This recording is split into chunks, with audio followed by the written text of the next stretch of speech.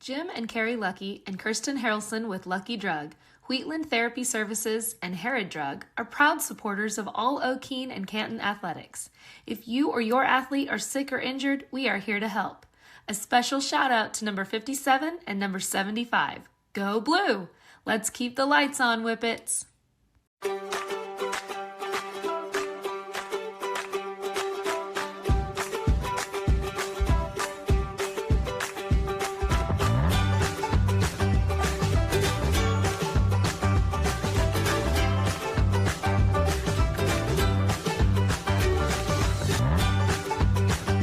Stream with Oklahoma's #1 high school streaming service, Squirtle.tv.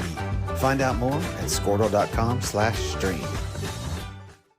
So, not real big on paying bank fees? Well, that's okay. It means you're smart with your money and you know how to get a good deal. You're a credit union kind of person, and Communication Federal is your kind of credit union. In fact, PayMe Checking puts real money right into your account every time you use your Visa debit card, online or in stores.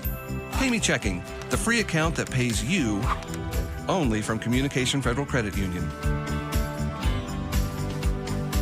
Since 1949, Nice Insurance Agency has been a family-owned and operated independent insurance agency, offering multiple companies to write your personal and commercial insurance needs. Contact Heidi or Maria today by calling Nice Insurance Agency at 580-822-3100. That's 580-822-3100. Or come see us at 210 North Main Street in Okeene. And go Whippets! Jim Krause CPA, 3 generations strong, all proudly serving the Okeene community they call home. For Oklahoma or even out-of-state taxes, Jim, Dane, and Drew, all CPAs, have the expertise to provide you with exceptional service. They take care of all kinds of tax returns, including small businesses, farmers, trusts, and individuals. Payroll tax, sales tax, and bookkeeping services as well. Their love for taxes runs almost as deep as their love for football. So whether it's success on the field or in your taxes, experience matters. Call the guys at Jim Krause CPA today. Wiggins Auctioneers is a full-service auction company well-versed in selling farm and range land, minerals, commercial and residential properties, as well as equipment, estate, and trust liquidations. In order to better serve our clients, Wiggins Realty offers conventional for-sale listings as well as buyer representation. Whether buying or selling, auction or conventional, we want to be your trusted company. Wiggins Auctioneers, 3 generations strong and setting the standard since 1963. For over a century, Sooner Plains Ag has been at the heart of our communities. Sooner Plains Ag is proud to support all area students and athletes from their hometowns and yours. Sooner Plains Ag is ready to service your grain, fertilizer, and farm supply needs. You can also fill up at one of their 2 convenience stores in Fairview and Mino. Sooner Plains Ag is honored to serve their member owners in their 4-county area for more than 100 years. Sooner Plains Ag, farmers helping farmers. It's that simple. For over a century. And you are looking live at Maxim Field on the campus of Cashet High School in Cashet, Oklahoma. Side of tonight's Class B quarterfinal matchup here on Squirtle and the Sports Animal. And a pair of surprising entrants into the round of 8 in 8-man football square off. Both teams finishing outside the top 2 of their respective districts, both squaring off with a ticket to next week's semifinals on the line. Hello again, everyone. I'm Todd Miller, along with Covington Douglas head football coach Brian Smith. Ellis Sunkin is our producer engineer, and Toby Young drew the short stick. He is on the outside looking in as he provides the video for tonight's broadcast here. 9-3 Okeene and 9-3 Yale. And Coach Smith, it's great to share a booth with you. I've worked with you other ways in terms of doing some of your games, but tonight looking forward to, I guess this is your maiden voyage as far as a broadcaster. It is on football anyway. Done a few games for Covington Douglas, calling some basketball games, but this will be the first time up here. Love watching football, love being a big fan of football, so I'm excited to work with you. And because of your association with Covington Douglas, you're somewhat familiar with both of these teams. What do you look for tonight, Brian, in the matchup? Again, 2 teams, as I alluded to, both 9-3. I don't think anybody saw them playing one day after Thanksgiving. Well, Okeene in our district played them week 10, had a wild game with them. We ended up holding on and winning by 2. Yale was in our district 2 years ago. We played them back-to-back years. So we know a little bit about both of these guys. Obviously, a lot of these Yale guys were sophomores and freshmen when we saw them. They've all grown up a little bit, and then Okeene knows a lot. I know quite a bit about them. Talk a lot with Tanner Allen and Mike Jenkins as well. So feel comfortable talking a little bit about both these teams. Tanner Allen, of course, his dad, Tim, was the longtime head coach at Laverne. He has great lineage in terms of being a head football coach, and quite honestly, he has been a winner. He is in his first season at Okeene. He went 33-6 at Winoka the past 3 seasons. He is 43-8 as a head high school football coach, and truly, Brian, I think it's fair to say he is one of the really up-and-coming names to watch in high school football. Yes, he is. Like I said, we played him week 10. He's a tough guy to prepare for. He did a very good job of kind of finding some matchups against us. Obviously, I have a ton of respect for him, but also a ton of respect for Tim. I talked to Tim just a few minutes ago.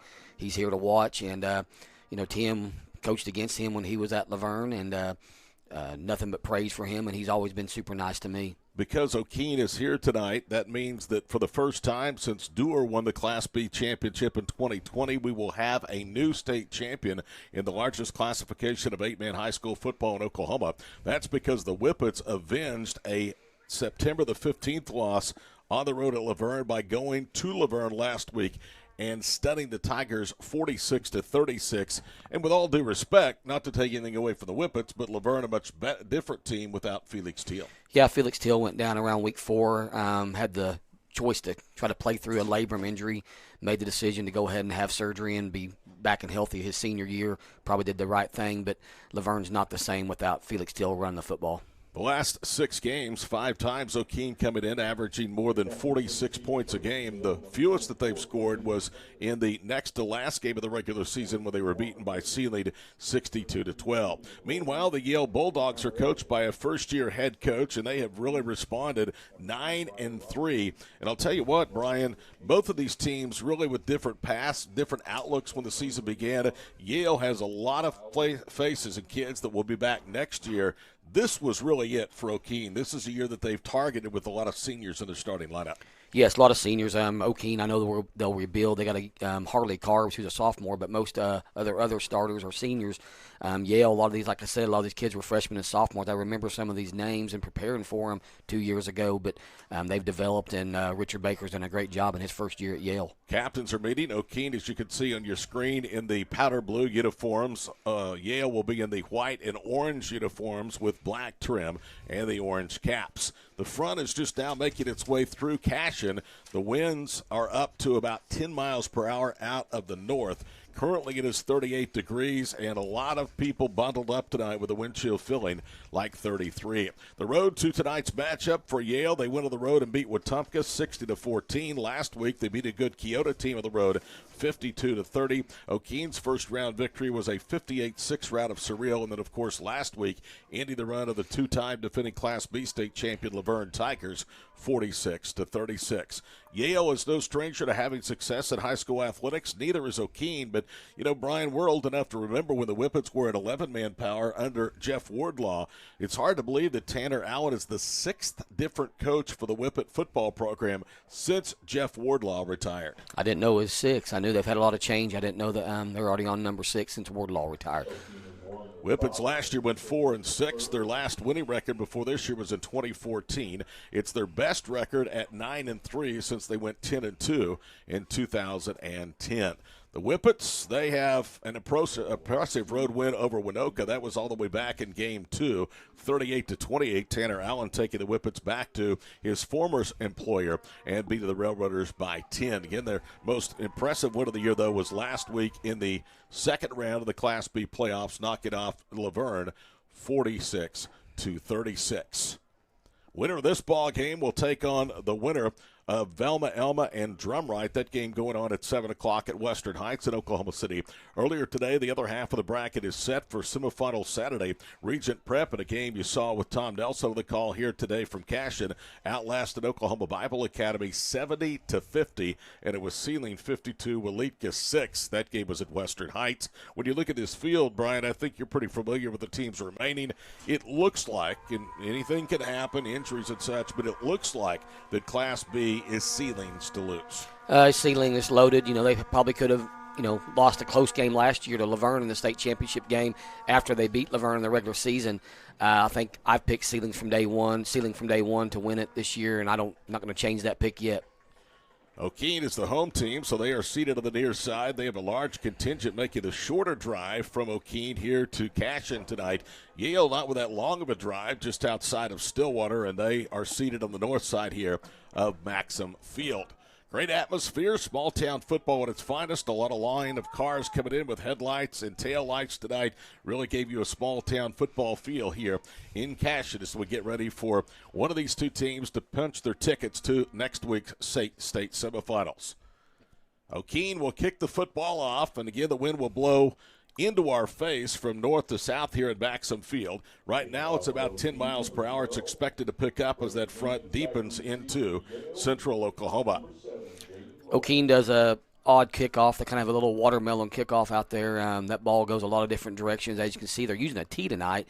One time against us, they didn't use a tee, but they still spotted the ball just flat on the ground. Jaden Rowland, the freshman and backup quarterback, is deep to receive the kick back at the 20-yard line, and here we go. The quarterfinal matchup is underway. It takes a big hop, and Rowland fields. He'll run left as he stiff arms a tackle to the 25, leaps up in the air, and is hit near the 30-yard line. A pretty good physical tackle and special teams for the Whippets to start the ball game, and out comes the senior cornerback, Cornelius Prather, who has thrown for almost 1,400 yards, rushed for almost 1,200, total combined touchdowns, 20 through the air and 17 on the ground. So it'll be first down and 10, ball just shy of the 30-yard line for the Yale Bulldogs as they move from west to east here in the first half of play. No score with 11:45 to play here in the first quarter. Cornelius Prather with his brother in the backfield takes the snap, gets plenty of time. He'll throw it out near side. The ball is caught, and then is Cayman Prather, and he is hit immediately and dropped for little to no gain.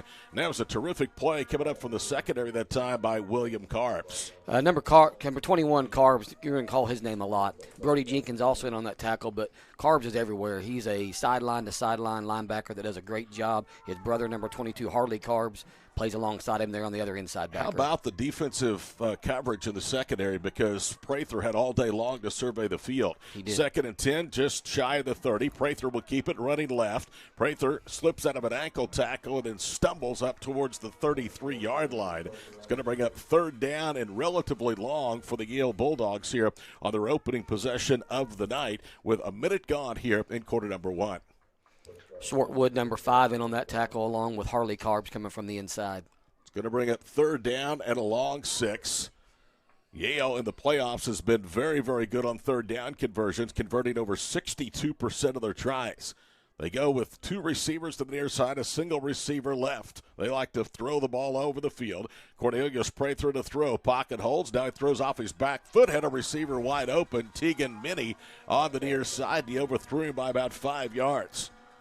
Yes, a lot of running room there. If that ball hits him there, Brody Jenkins must have been on a little underneath route and left number 1 there wide open, but couldn't get to it. So it's 4th down. Deep to receive the kick is Briar Roberts, a transfer from Canton High School.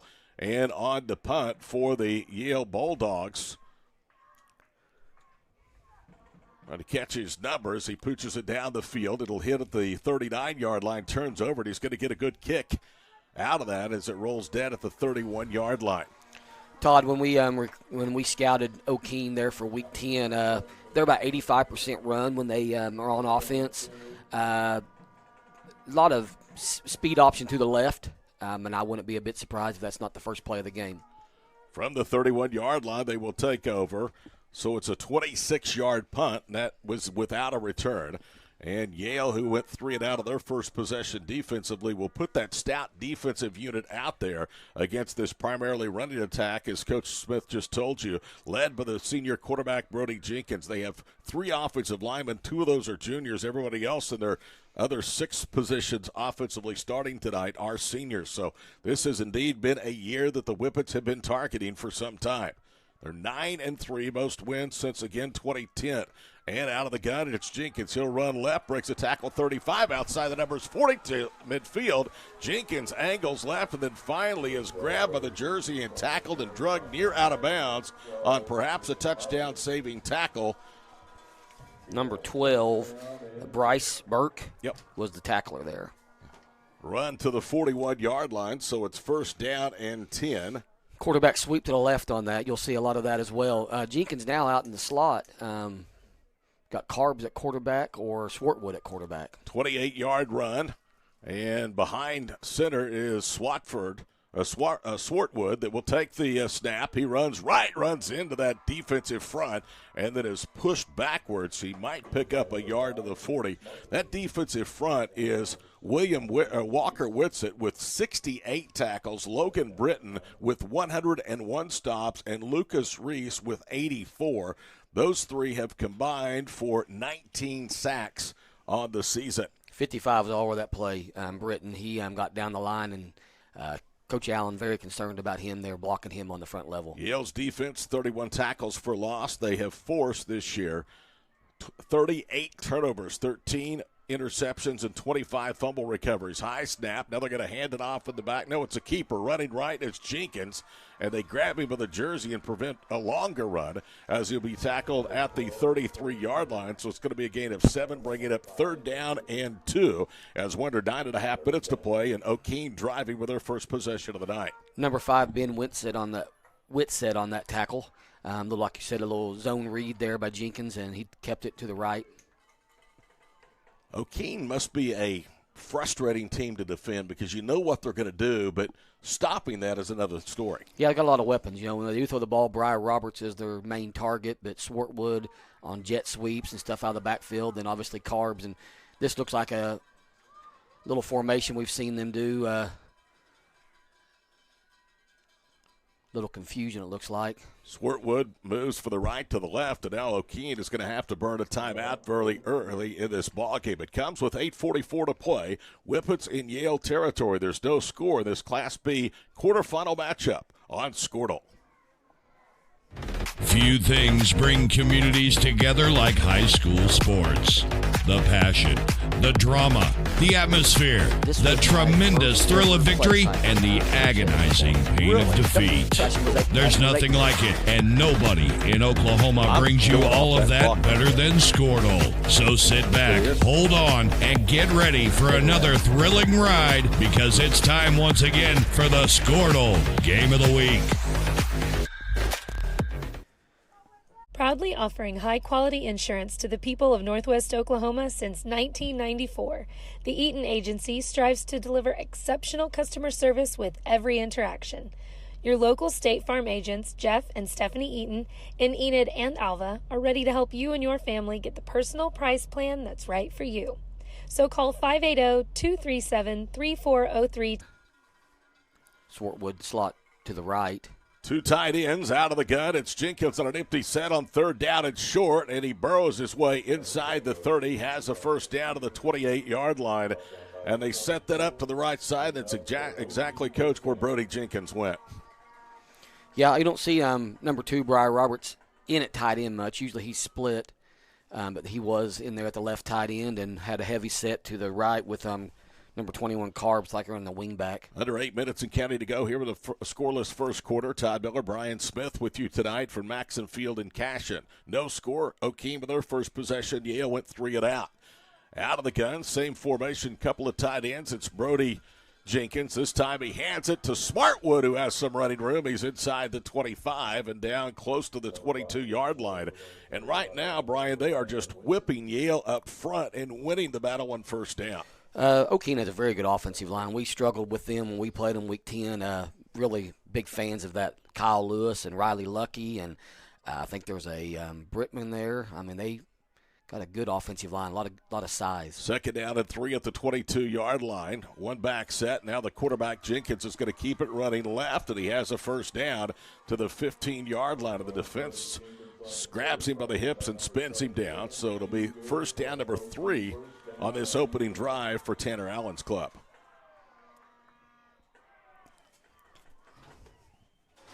First and 10 at the 15, make that the 14-yard line with 6:55 to play here in quarter number 1.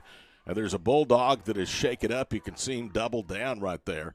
Number 2, I believe, or number 12 maybe. Can't see. Number 2 is number Connor 12, Elliott. Number 12. So he'll have to come off for a play. That was, I think it was Reese Burke. Bryce Burke. We called his name earlier on a tackle.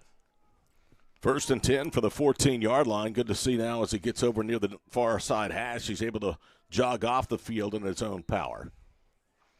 You know, Jenkins missed last year with the broken collarbone, so he's back his senior year, but he didn't get to play. I think got hurt in the first game against Pond Creek his junior year. Now, belatedly, Briar Roberts comes in. He'll be one of 2 receivers as they split each way. Tight end right. In the backfield is Carbs, offset to the left of Jenkins. They sweep it with Carbs running right. He's hit and dropped. Minimal gain. He may get to the 12-yard line. They had great pursuit to the football that time, and Jesse Poole, the 6'2", 170-pound senior from corner, was one of the first to get there. Yeah, along with number 55, Logan Britton again. He's doing a great job there, kind of either a nose guard or defensive end, kind of slanting him some. 2nd down and 8 at the 11-yard line. So Okeene to their first drive of the night in this Class B quarterfinal matchup inside the red zone. Coming out of the ball game is Swartwood. They'll have 2 receivers to the near side.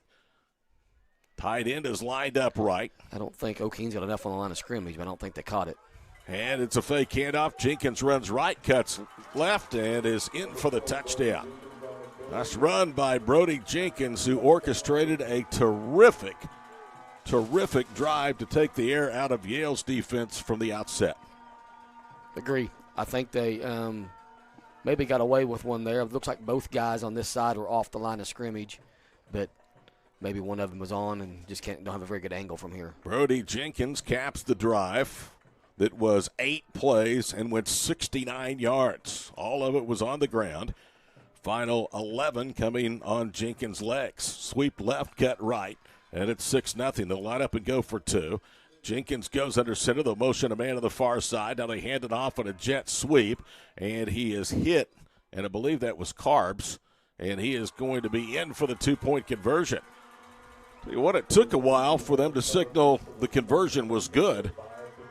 And it was Harley Carbs on the 2-point run. So we get a timeout with 5:51 to play in the first quarter. It's 8-0 Okeene. This is the Class B quarterfinals from Cashin. This is Game Time. Neptune Game Time creates a high-energy game day atmosphere that your players and fans will love. Every song in our database is 100% lyric safe, which means you can stop screening music for good. Game Time also provides custom messaging to help you promote your upcoming events, concessions, and event-specific announcements.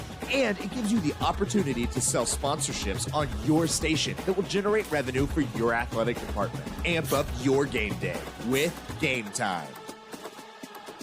The First National Bank in Okeene is a proud supporter of all Okeene Whippets students and athletes, and they wish the Whippets good luck this season. Like the Whippets, their customers will always score big with their services. Find out more about their online banking options at FN.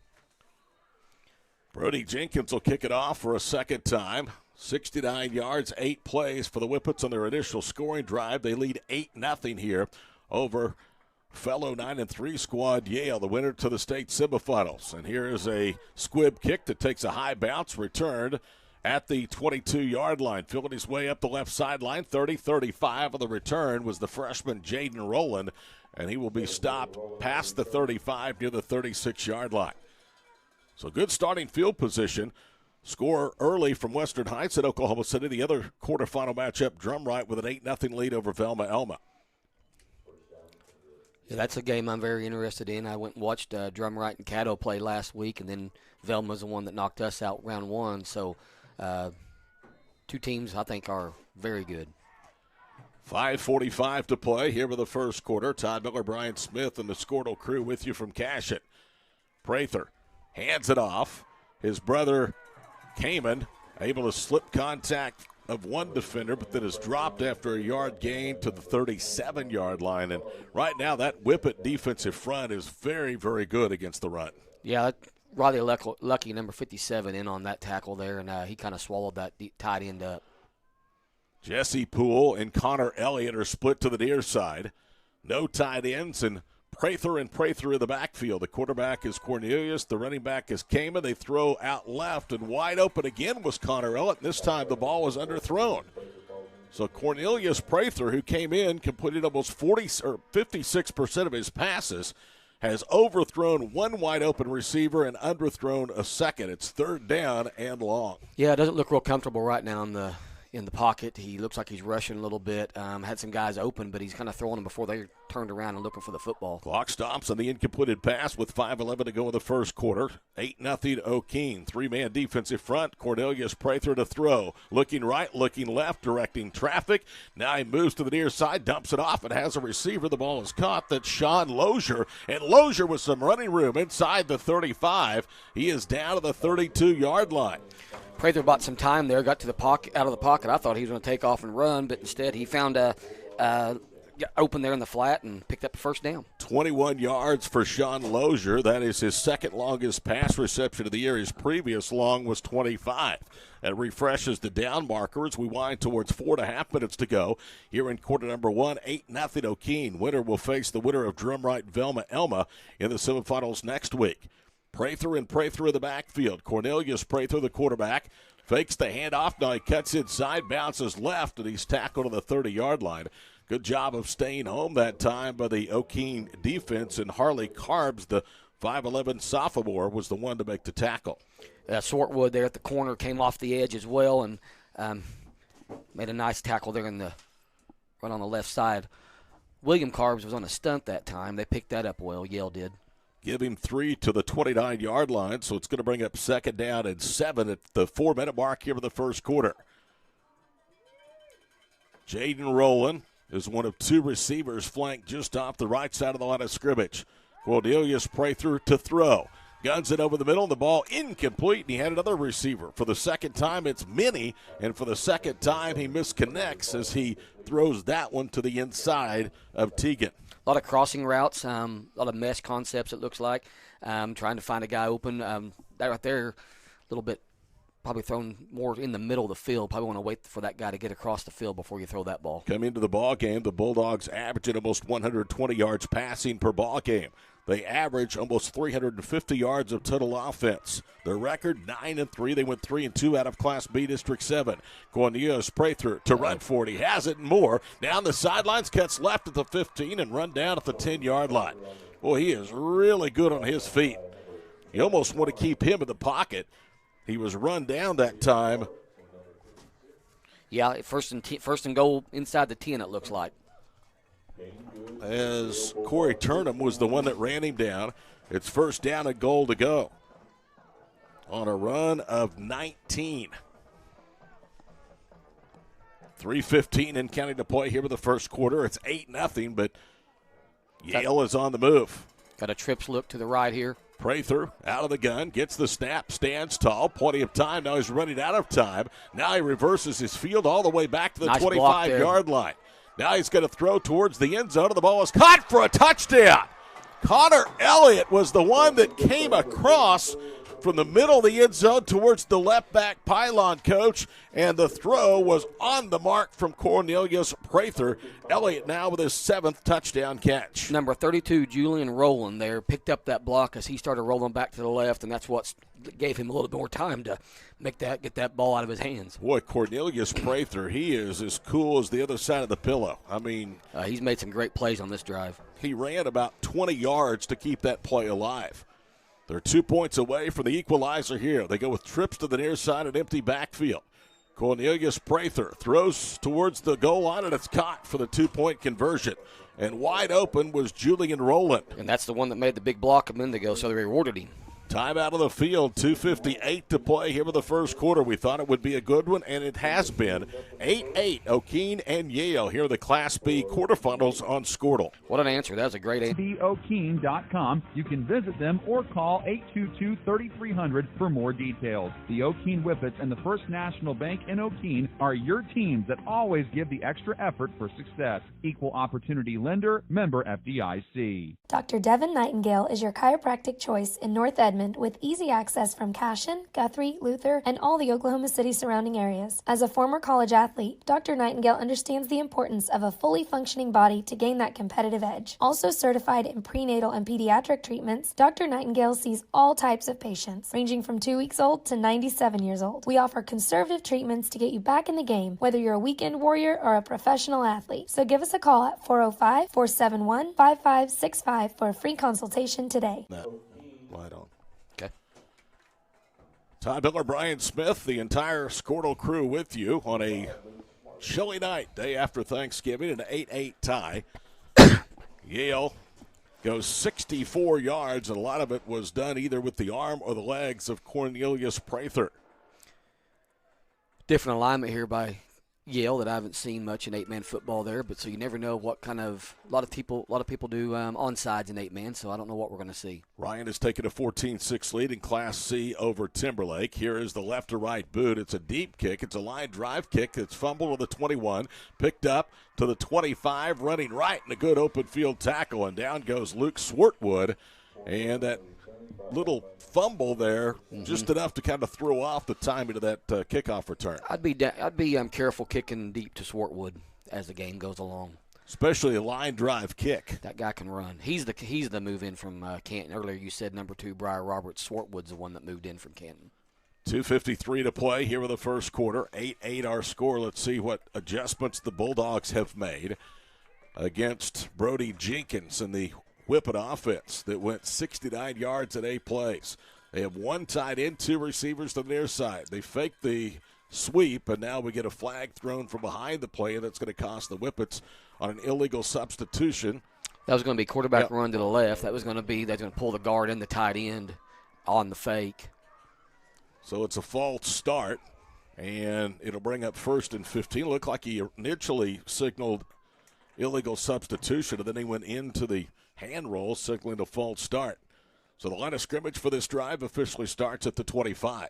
One back set, offset to the left, 2 receivers to the near side, to tight end right. Direct run by Jenkins, running left, bounces outside, gets to the 30 and is rolled down to the 32-yard line. So he picks up 7, gets the penalty yardage back +2. It's going to bring up 2nd down.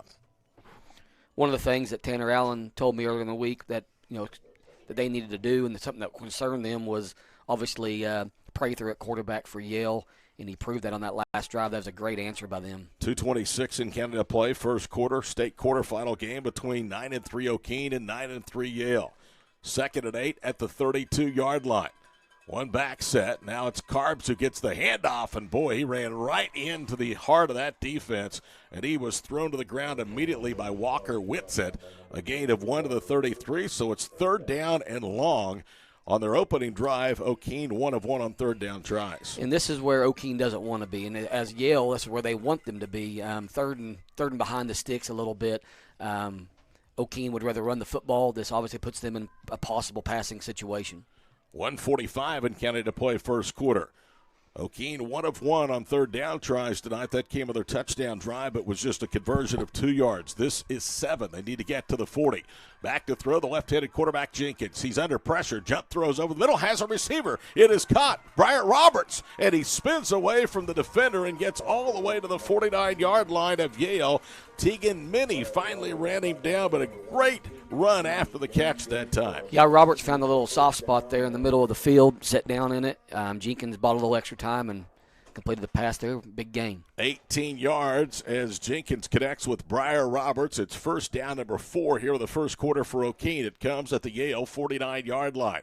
This time Jenkins goes under center. The jet sweep with Swartwood moving left, and he's run down and tackled by Ben Whitsett at the 40-yard line. That's a gain of 9, and that was the problem, Brian, on their first drive. Yale could not win 1st down. It was 2nd down and 3rd down and short for the Whippets. Yes, and now you got them in that easy 2nd and 2, 2nd and 1.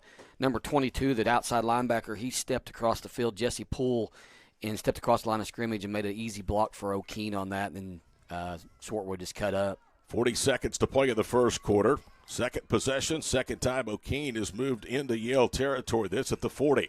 Single setback, William Carbs, under center Jenkins. Jenkins wants to throw, rolls right, throws right, and the ball is incomplete. It hit the hands of Carbs out of the backfield. but he was hit immediately that time by Cayman Prather to break up the pass. It's 3rd and a yard. That was a tough throw, though, Coach, by Jenkins, rolling to his right, a left-hander throwing back to his right. It was good play action. They bought some time for him, but defensive end didn't bite on that. He jumped on that, and he put extra pressure there on Jenkins and didn't give him time to set his feet. Clock stops with 26 seconds to play here in the first quarter. It is 3rd and a yard. Obviously, 2-down territory for Tanner Allen's club. Out of the gun with 2 tight ends left. They're going to hand it that way with Swartwood. He has the first down and more. Cuts right at the 32 up to the 30 and is tackled at the 29-yard line. Ben Whitsitt was there. Also there, double nickel 55, Logan Britton. Getting a lot of yards on the left side. I don't know if they're running more to their sideline on this early here in the first quarter, but getting a lot of yards off of guard, off of tackle, and toward the outside. See if the Whippets will snap it one more time. We're down to 10 seconds to play here in the first quarter. You see them still huddling up. And we will go to quarter number 2, dead even at 8 here in quarterfinal Friday night from Cashet. Okeene and Yale tied at 8 here on Squirtle.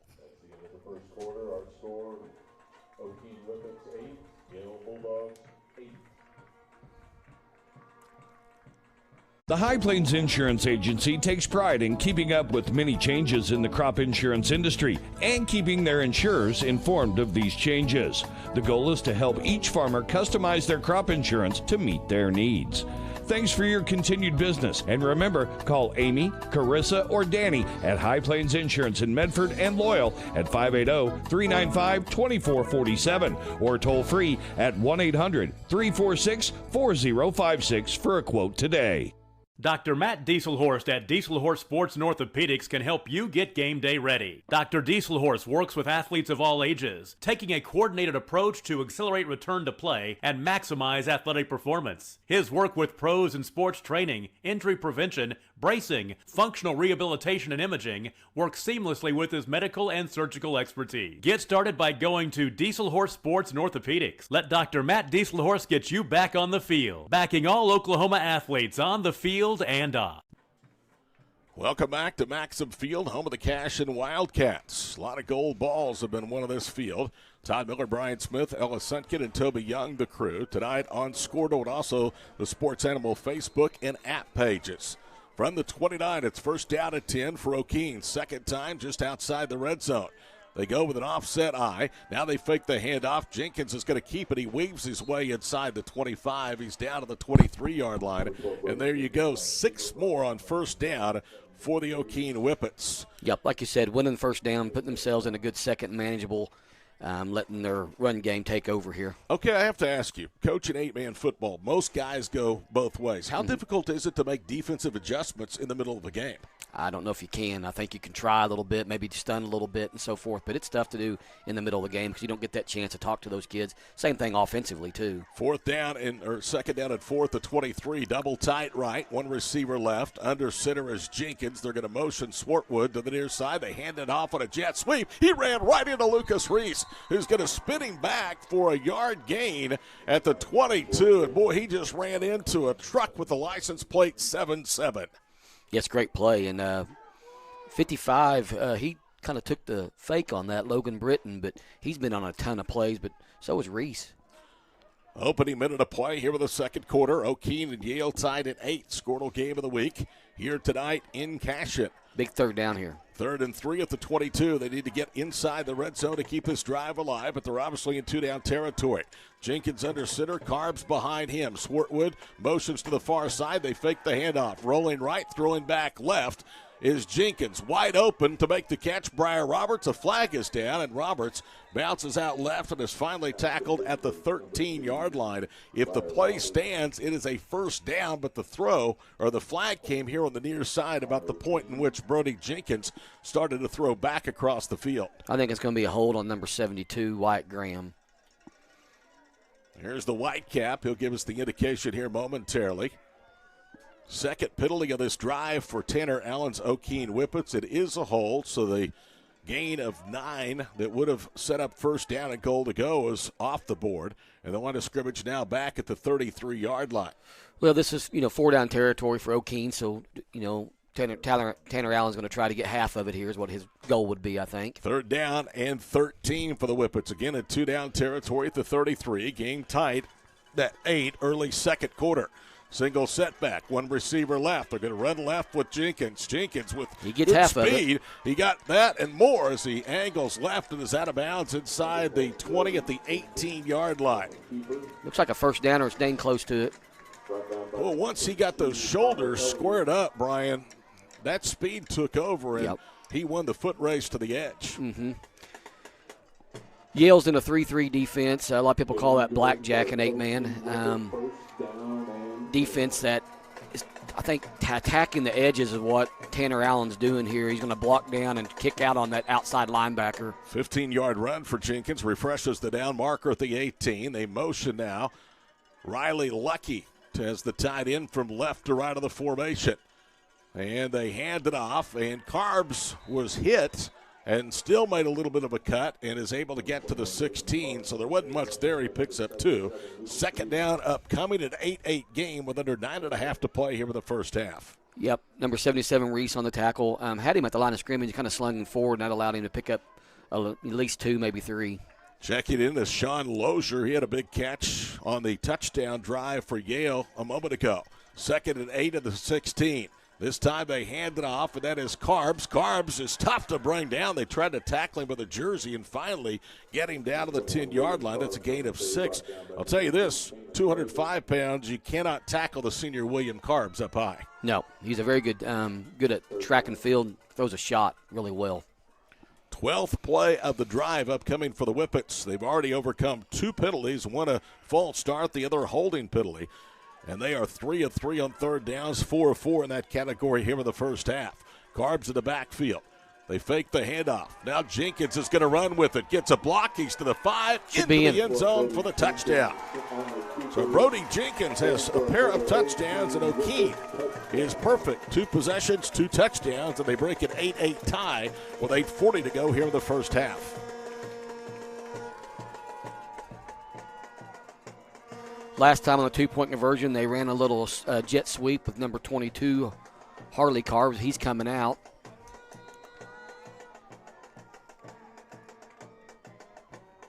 Swartwood, the senior running back, is deployed as a wide receiver to the far side. They have 2 tight ends. Under center is Jenkins with Carbs in the backfield. Now they hand it off to Swartwood, going from left to right. He breaks tackles and walks in for the 2-point conversion. The same play as earlier, just the other way on the 2-point conversions. So an impressive 12-play drive of the Whippets answers the score from Yale. Timeout, 8:40 to play in the first half. 16-8 Whippets over the Bulldogs here on Squirtle. With locations in both Okeene and Fairview, Hayworth Veterinary Clinic is ready to help serve your animal needs. Specializing in large and small animal health, we will ensure your animals get the top quality care they deserve. We are proud supporters of the athletes in our communities. Go get 'em, Whippets and Yellow Jackets. Buying or selling a home in Enid? Let Jenny Smithson with Lepard Realty help you. Jenny is a customer-driven realtor dedicated to achieving results and providing exceptional service. Her goal is to make your real estate transaction as pleasant an experience as possible, and that's why she's your realtor in the beginning and your friend in the end. Jenny wants to wish the Trojans good luck on their season and beat Thomas. Contact Jenny today at 580-747-6225 or visit lepardrealty.com for an easy buying and selling experience. Buying. Jaden Rowland will await the kickoff from Brody Jenkins, who has a pair of touchdown runs, one of 11, the other of 10. That drive, 12 plays, 75 yards in over 6 minutes. Tell you what, Brian, this is a team you don't want to get behind because they really can control the clock. Yes, they run the ball, and they're going to try to play keep away from you. Here we go. Jenkins puts it on the tee and kicks it airborne this time. It'll hit inside the 20, be rolled to the 16. It's picked up there by Rowland. He's in trouble, and he's going to be tackled after a very small return of just 3 yards by Luke Swartwood. Yes, great coverage on the kick there. That ball stayed in bounds out there by the numbers, kind of in no man's land, and they had good coverage there, stayed in their lanes. Velma continuing to lead over Velma's over Drumright. And it's now 14-12. Ryan over Timberlake in Class C. Here it's 16-8. Okeene with 8:35 to play in the first half. I wonder who's keeping the clock there at that Velma game. That Western Heights, I think. So you're saying you don't think they got to employ the clock operator, huh? I don't know. I'll just keep quiet here. Back to throw is Cornelius Prather. He throws deep, ball underthrown. It's intercepted by Swartwood, and he's tackled immediately at the 46-yard line. And he had Connor Elliott open that time, but underthrew him. Yeah, I don't want Yale to see them panic here. You know, they're only down 8. I don't know if that's in their playbook there, just a lot of stretching the field, throwing deep. But, you know, they moved the ball really well the last time on the ground and, you know, and through the air. You know, I don't know if they panicked a little bit. But anyway, Okeene's got the ball now. 1st and 10 to the 46-yard line with 8.5 minutes to play here in the first half. And Coach Smith is exactly right. This is a big gut check moment for that Bulldog defense. It's a quarterback draw, as again it is Brody Jenkins, and running right, he's hit at the 42-yard line. Even that play, a very simple play, being very patient, waiting for a block to develop, results in 4. Yes. You know, now they're right where they want to be, right on schedule, Okeene is. 2nd down and 6. Okeene leading 16-8. They led 8-0. It was 8-8, and then a 12-play, 75-yard drive was followed up by an interception by Luke Swartwood that has started this drive in Bulldog territory. Swartwood motions to the far side. They fake the handoff. Jenkins keeps it again, bounces out right, runs into Cayman Prather and Ben Witz at the linebackers, and he's going to be stopped at the 37-yard line, so it'll be a gain of 5, bringing up 3rd down and short. Whippets are perfect tonight, 5 of 5 on 3rd down conversions. But again, like you said a minute ago, Okeene is picking up 2-3 yards before contact. So, you know, they're positive every play. 7:21 to play here in the first half. Okeene trying to grab a 2-score lead here on a chilly night in central Oklahoma.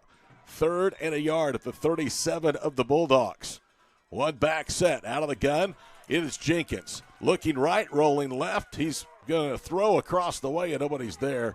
He was looking that time for Harley Carbs, and it's going to bring up 4th down and a yard. He probably should have just run for that. Yeah, I think he would have got it.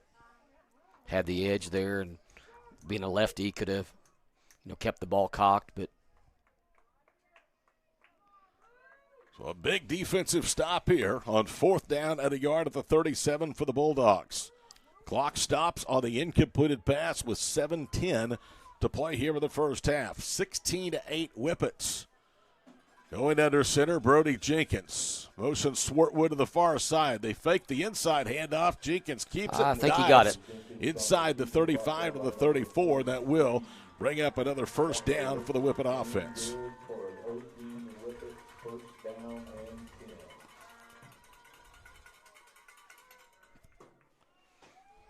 So he needed a yard, got 3, and it's 1st down at the 34-yard line. Okeene here with the first half, averaging at more than 5 yards per snap on the ground. And just something to notice here, number 21, Harley Carbs, is getting his elbow wrapped up here on the sideline. Back to throw again is Jenkins. He's flush for the pocket, dumps it off near side, and that is Harley Carbs, the intended receiver. I think you meant his brother William Carbs, and that's why we've seen Harley out there on every snap of this series. So it's 2nd down and 10. That's only the 2nd time that the Whippets have not gained at least 4 yards on a 1st down snap. That changes the play calling. Drumright just took the lead over Velma, 16-12. Here it's 16-8. Okeene, they're marching again with 6:39 to play here in the first half. Wide receivers left and right. Swartwood of the backfield is hit and drugged down for a loss. Back at the 35-yard line, Logan Britton was the one that got him up high and was able to bend him backwards on a jersey tackle. Yeah, I'm a big fan of Logan Britton so far, just a junior. Boy, like you said, Yale's got a ton of underclassmen. They're going to be back next year and be a pretty darn good solid team. 101 tackles, 17 for loss coming in, 8 sacks, 9 forced fumbles, and 2 fumble recoveries. That's a career for a lot of guys, and you're right, he has still another full year and perhaps even more to this season left in his career. 3rd down and 12. Second longest 3rd down conversion opportunity of the night for the Whippets. They converted on 3rd and 13 of their last touchdown drive. Carbs remains out there. That's Harley. Back to throw Jenkins. Throws left, ball caught, then dropped. That's Swartwood. And he was hit from behind. The ball was dislodged immediately, so it's going to be 4th down. And Tanner Allen will keep the offense out there. Yeah, crossing route there. Swartwood gets hit as he's as the ball arrives. Good timing there by number 12. I think his name's Bryce Burke. And a timeout on the field with 5:50 to play in the first half. 16-8 Whippets. They lead Yale here on the Squirtle Game of the Week.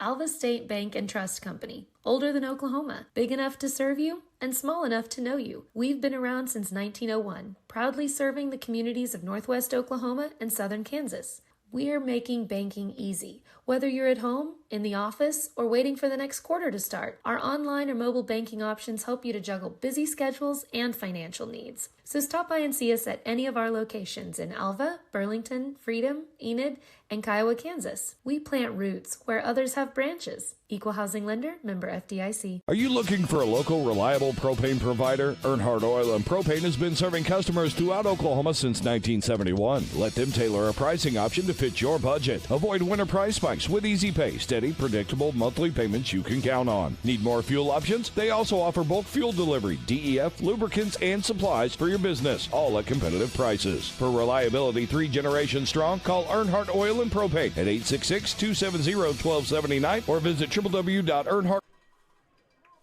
4th down and 12 of the 36 of Yale. Back to throw again is Jenkins. Pocket breaking down, throws over the middle. The ball's underthrown and almost intercepted at the 10-yard line. Must have dropped that one on purpose. Yep, that's a wise decision. Tegan Minnie had it hit his hands, and if he does, he's tackled to the 10. Instead, they're going to gain 26 more yards in field position as they'll start at the 36-yard line.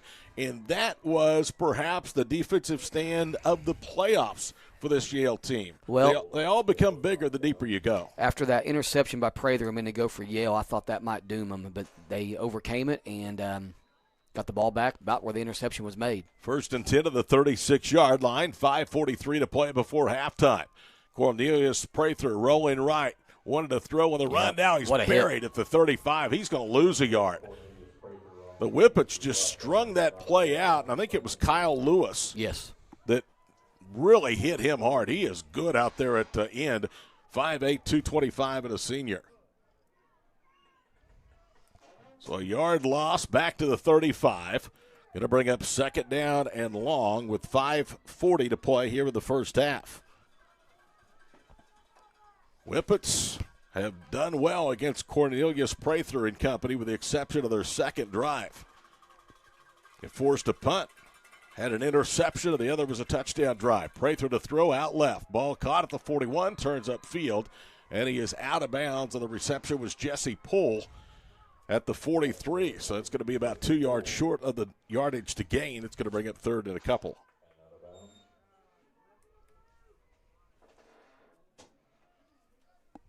So 3rd down and 3 for Yale, and this is equally as big of a 3rd down conversion opportunity. Bulldogs are 1 of 3 on 3rd down tries. That's been a big story of this first half so far, Brian. Okeene able to keep the ball, converting on 3rd downs. Yale, not so much. Yeah, that's a big play here. I don't know if they're in here near midfield, if they're in 4-down territory, or if they're don't get this if the punt team comes out. But either way, it's a big play. Sean Lozier is the setback, offset to the left of Cornelius Prather. Claps his hands with the gloves on. He's going to try to run for it. Cuts right, has a first down and more. 45 to the 40, dragging the defender with him, and he's finally tackled on the 43-yard line. He went for a free ride, did Briar Roberts, and then finally Luke Swartwood was the one that came from behind to tackle him. But a huge gain on a 3rd down and short conversion. About a 24-yard gain there. To the 33-yard line of the Whippets. And in 3 plays, Prather has them poised again to get this game tied. 16-8 Whippets with 5:11 in Canada play before halftime. Trips to the far side. Now they're going to put quads. They're going to put quads out there. You don't see that very often in 8-man football. Right now they don't have enough line of scrimmage. There we go. And they're going to have to burn a timeout. So a timeout on the field with 4:59 to play in the first half. Back after these messages, it's the Class B quarterfinal game from Cashion tonight. Yale and Okeene on Squirtle.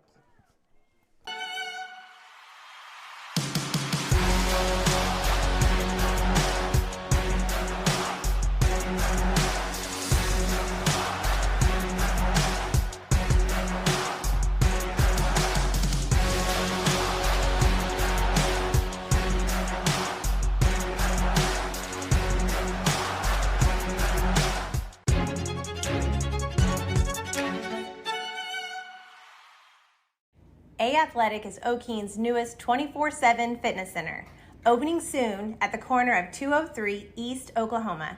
A Athletic loves Whippet football, especially number 13. For more information on prices or how to become a member, call 405-368-4707 and go Whippets. Julian Rowland is the tight end now as they have 4 in the line of scrimmage and 3 receivers split to the far side. It's an empty backfield for Cornelius Prather. From the 37, a direct snap. Pocket holding. He dances. Now he retreats to the 45-yard line, needing some help. He's going to tuck it and run, and he's up to the 30 as he dives down right there. He'll pick up 7.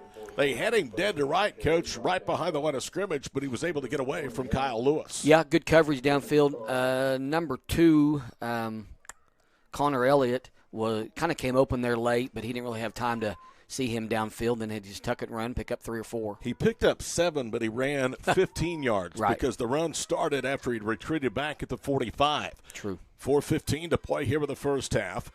It is 2nd down and 3 at the 30-yard line. Same formation, same result. Prather's going to run for it, and he dives and has it inside the 30 at the 26-yard line. Well, you know they're in 4-down territory here, so here brings up a 3rd and about 4, so they're on schedule. Wanting to move the sticks, keep the ball out of Okeene's hands. Because it's so hard to defend the field in 8-man with 3 fewer numbers defensively, winning first down is just imperative, isn't it? It is. You never want to be 2nd and 12 or 2nd and 10. You can make up yards, you can big play in 8-man football, but winning first down's key. Cayman Prather offset to the right of his brother Cornelius, who takes the snap, fakes the handoff, looking for a block. He's in trouble, and he's going to lose. Boy, what a great job that time by Harley Carbs and Brody Jenkins. They read that one as they stayed at home, and the loss goes back to the 28-yard line. Okeene, like I said, when we played them week 10, one thing we kind of knew about them is they don't blitz a lot. Usually on passing situations, they're only going to bring the front 3. So he's had time. Prather's had time most of his pass plays, and I'm assuming this one will be a pass coming up. Loss of 2 brings up 2nd down and 12. At the Whippet 18-yard line. Now they have 2 backs in the backfield. The single receiver is Tegan Minnie to the near side. Prather drops, looks left, pump fakes. Now he's rolling right, throws on the run, has Minnie wide open inside the 15. He's inside the 10. And Jenkins saved a tackle as he dump trucks him down near the 8-yard line. Yeah, had a splits on each side and 2 back in the backfield. They brought Minnie all the way from the left side all the way over to the right side as Prather rolled to the right. Found him open there around the 10-yard line. That's where they're going to put it. I thought it was at the 8. It's the 10, so it's an 18-yard catch and a conversion on 2nd down and long with 2:41 to play here in the first half. 16-8 Okeene, but deep in the red zone of the Yale Bulldogs trying to get the equalizer for a second time in 4 first-half possessions. 2 receivers right. They have a tight end lined up left. Prather with an empty backfield. Dancing, looking left. Now moving right, buying more time, and he throws it off of his back foot out of bounds. No receiver in the area, but he got the ball across the sticks and is out of the pocket, so there was nothing illegal about that. Does it look to you like Prather maybe gets happy feet a little quick? Yes, like I said, they're only bringing 3, which is something, like I said, we picked up on them. But, he's got time to throw, but their coverage has been good, so I don't know if they're just not getting open right away and he's trying to buy time or what. Clock stops on the incompleted pass. 2:36 to play here in the first half. Squirtle's game of the week from Cashin. Mix and field tonight as it's Class B quarterfinal action. 1 back set in the backfield. And they're going to give it straight ahead. Then it's Lozier breaking tackles, and he is in for the touchdown. He broke 3 tackles. Got a flag, though. And then took Swartwood for the final 2 yards for the score if it stands, but there's a flag back at the 11. That's the indication of a hold, and that's exactly what it is. Oh, boy. That's one of the first times we've seen just a straight-ahead, like inside zone run play there by Yale, and I broke it for 11 yards, but it's coming back. Lozier, who has a touchdown, had his 2nd called back, line of scrimmage back at the 21-yard line. So it'll be 2nd down and goal to go from there. Bringing in the play is Cayman Prather. He is a 5'10", 170-pound junior. His brother is Cornelius, and they're both in the backfield. Cayman, the junior, offset to the left, 2 receivers to the near side. Tied in. Lined up right. Prather to throw. Underthrows the receiver at the 14, and it's incomplete. Jesse Poole was the intended target. Now it's 3rd down and goal to go with the 21. Yeah, now this is a interesting scenario coming up with 2 downs to get to the end zone. Basically, I mean, it's not 3rd and goal, but it's 3rd and long. Bixby rolls on 56-14 today over Owasso. Shocking. 2.5 minutes to play here. First half. Okeene 16. Yale 8. 3rd and goal to go for the 21. Prather drops all the way to the 31. Is going to air it out down the middle of the field. The ball tipped away in the end zone. And it was Jenkins that saved the touchdown. He tipped it away from Jesse Poole. Poole had a step on him. Jenkins this time had an outreached arm there, able to knock that thing down. Okeene did bring a blitz that time. William Carr coming off up the middle, kind of maybe got that ball out of Prather's hands a little earlier than he wanted to. In 8-man football, even in 11-man, but certainly with fewer numbers, you have to be very picky, don't you, when you blitz, because you leave a lot of guys exposed. You're now in man coverage most of the time if you blitz, or obviously they send 4 out, you got trouble. 4th down and goal to go at the 21-yard line. Okeene partisan down below making noises. Empty backfield. Prather under pressure as they blitz again with Carbs. Prather circles all the way back to the 36, rolling right for the 39. Prather now is going to throw downfield. The ball is caught outside the 10-yard line. He's tackled there by Brody Jenkins, and the reception by Tegan Minnie. But it's going to go all for naught as Yale will turn it over on downs. If you got an athletic quarterback, which Prather is, sometimes you want the blitz as an offensive side. I kind of want them sometimes. That way I get the single coverage, in the secondary. So I think that sometimes can come to your advantage, but obviously they're putting a lot of pressure on him. And like you mentioned earlier, maybe a little happy feet.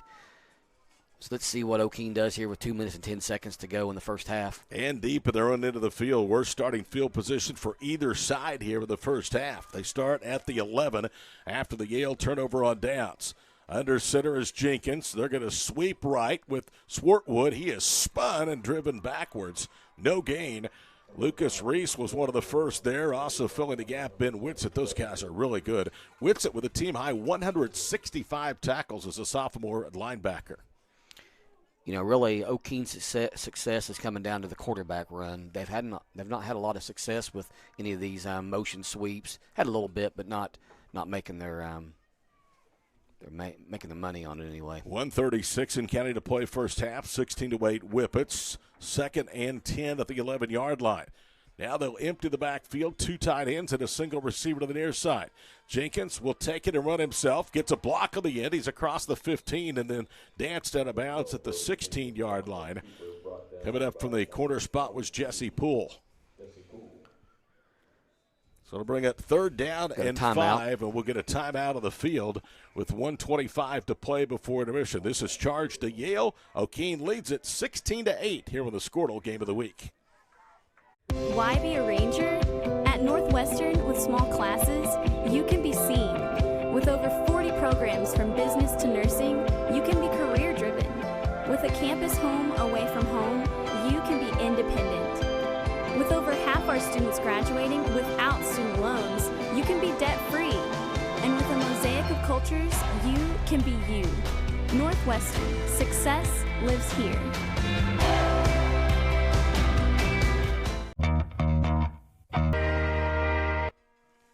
3rd down and 5 of the 16. Jenkins fakes the jet sweep. Now he's going to run left, and he will not get there as he picks up a couple to the 18-yard line. Yeah, with another timeout. He will spend the timeout to preserve the clock with 1:16 to play here in the first half.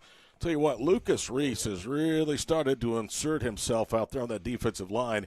He led the charge for the Bulldogs that time. Yeah, there's a big stop there, and see what Okeene does. I'm assuming they punt 4th and 4 from their own territory. Velma, drum right back on top. Looks like 24-20. Says second quarter. Yale has won 4 straight games. Okeene with a 3-game win streak. Whippets lost in week number 9, 62-12 to Sealing. Yale's last loss came in week 8 to Regent Prep, 70-36. Tell you what, the winner of this game does have a favorable side of the bracket. They avoid both Regent Prep and Sealing. That's true. Not an easy route, though, with Velma, Elma, and Drumright awaiting the winner. 4th and 3 at the 18, and they're going to put Jenkins back in punt formation. Prather back deep, number 24, the quarterback. Snap coming back from Kyle Lewis, the senior center. Still a lot of time to snap, but they do with 15, and Jenkins gets a leg into it. It's not a bad punt at all. Prather to return Catches for the 47. stride. Now to midfield of the 45. Block, runs left. Blocks. He does get a block to the 30, and Cornelius Prather angles left. He's out of bounds inside the 25-yard line. Yale is out of timeouts. They are. They have 1:04 to play, but that's an eternity in 8-man football. Down just one score, 16-8.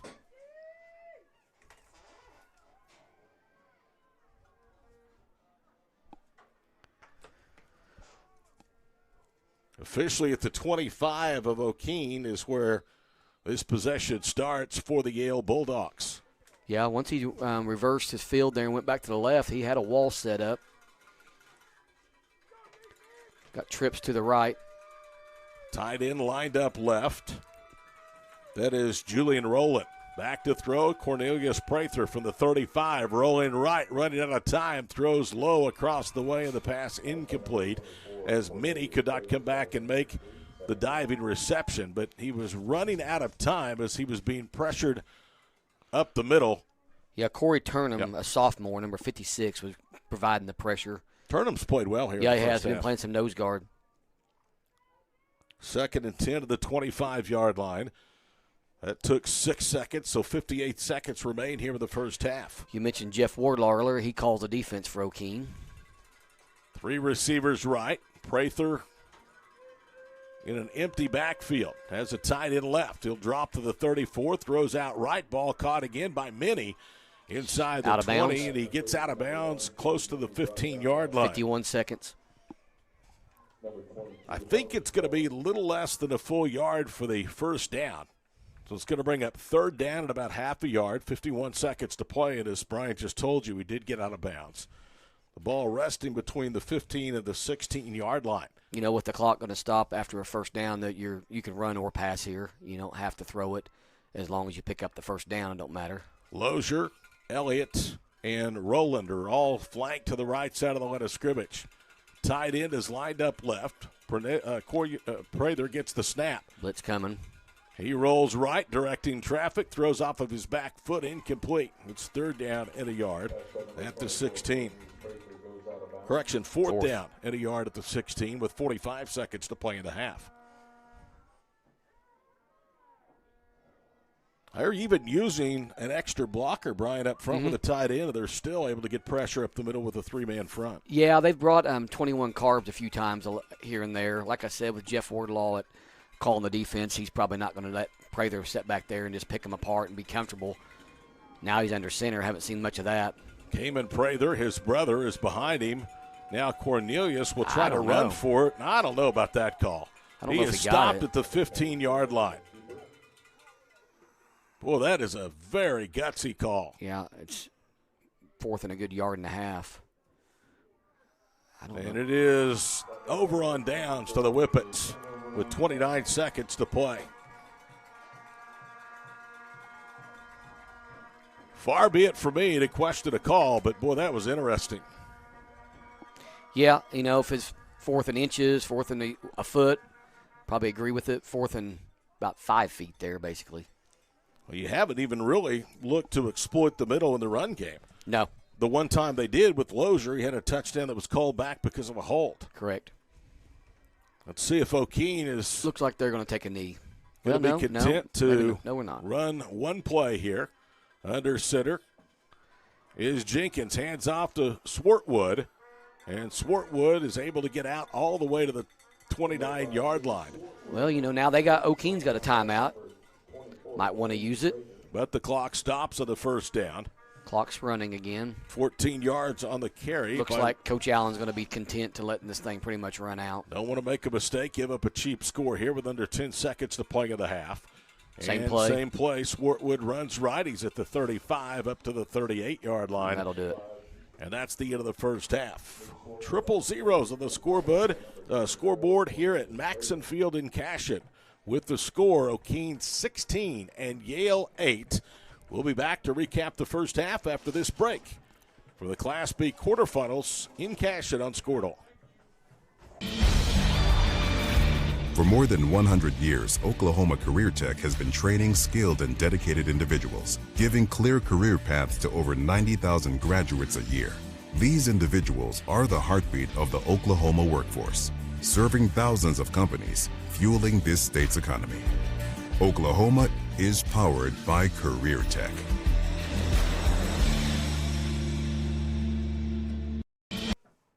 Well, Coach Smith, that's what you call playing until the final gun. The scoreboard read zeros. They're going to put 1 second back up, say that Okeene got the timeout called. So it'll be second down at about 1.5 yards with the ball at the 37-yard line. Well, this is the perfect timing. I don't know what you can do with 1 second, but my previous experience, you can score with 2 seconds. Only Covington fans will get that. Fake handoff, back to throw is Jenkins, lobs it across the way. Swartwood on the screen has room and then runs in to Tegan Minnie, who spins him down at the 45-yard line. That is the end of the first half, and give Minnie some credit because he came up from corner. It looked like when they set that screen up with Luke Swartwood, it was going to go for a lot more than that. I agree. Good first half, though. 16-8 our score. We'll recap the scoring. We'll take you around 8-man football and give you scores on the backside of this break.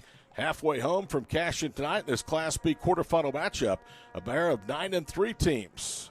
16-8 Whippets over the Bulldogs here on Squirtle. When your business is agriculture, you want a bank behind you that doesn't cut and run at the first sign that there will be some tough times ahead. There are good years and there are always bad years. At Farm Credit of Western Oklahoma, we're here for them all. Agriculture, it's the backbone of our local community. We believe in it. We invest in it. We're here for the long haul. If you're in agriculture, it's time to let Farm Credit of Western Oklahoma make your best even better. Contact a loan officer today. Farm Credit of Western Oklahoma, the area's leading lender in agriculture.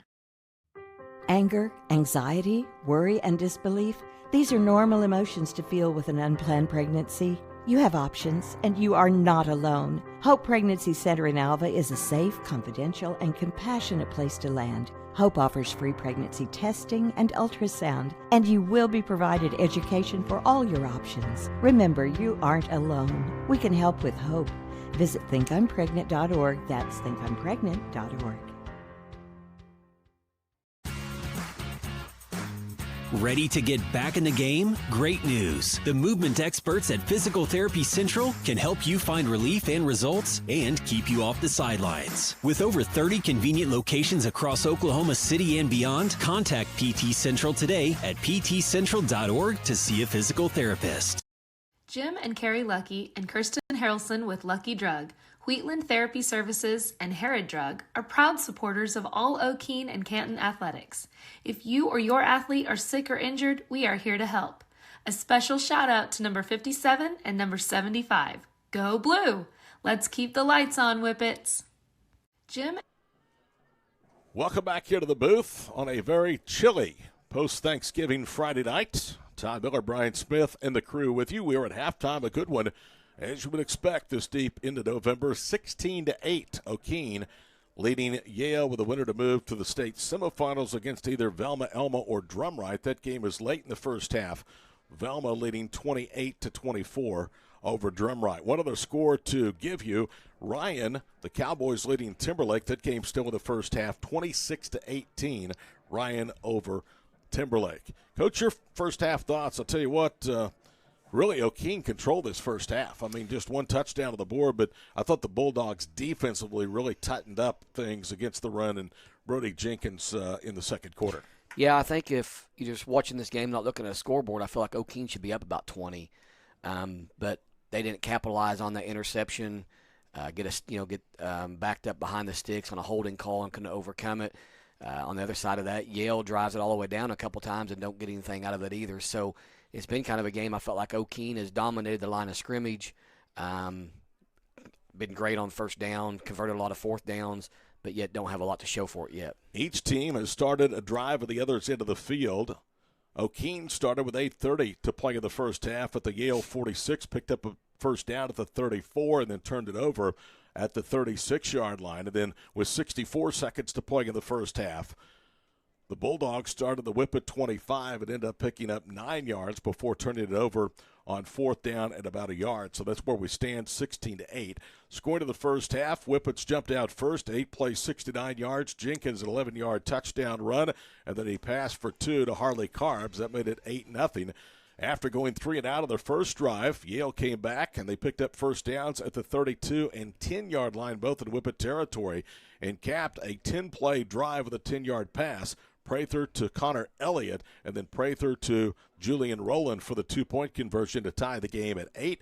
Okeene started a drive with 2:53 to play in the first half, and it was a beauty. Over 6 minutes of duration, 12 plays, 75 yards, 3 first downs, 3 third down conversions, and then on one of those third down conversions, Brody Jenkins ran in from 10 yards out. Swartwood ran in for the 2-point conversion. It was 16-8.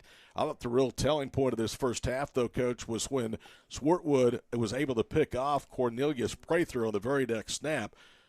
Okeene started the Bulldog 46. If that gets into the end zone, then you're looking at an entirely different game. But they were able to force a turnover on downs where the Bulldogs and keep this game a one-score contest. Yeah, that was a big stop there by Yale. I thought maybe on that first and 10 throw, trying to stretch the field, go vertically there. I kind of thought, I've mentioned that on the air that maybe Yale was panicking a little bit. They didn't, and they throw the ball quite a bit, but they overcame it, and nothing was hurt from it. Special shout-out to my buddy Craig Kilman, listed up at Alva, the voice of the Gold Bugs. Both of these two teams finished outside the top 2 in their district, so too did the Gold Bugs. They went on a total of 900 miles in round trips to win at Chandler and at Kingston. Their season came to an end today at nearby Kingfisher, 34-14 to third-ranked Kiefer. Bugs finished 7-6, a great season for all those up at Alvin. Glad to hear from Craig here tonight on this post-Thanksgiving Friday night. 16-8 our score. We'll be back after these messages on the Squirtle Game of the Week.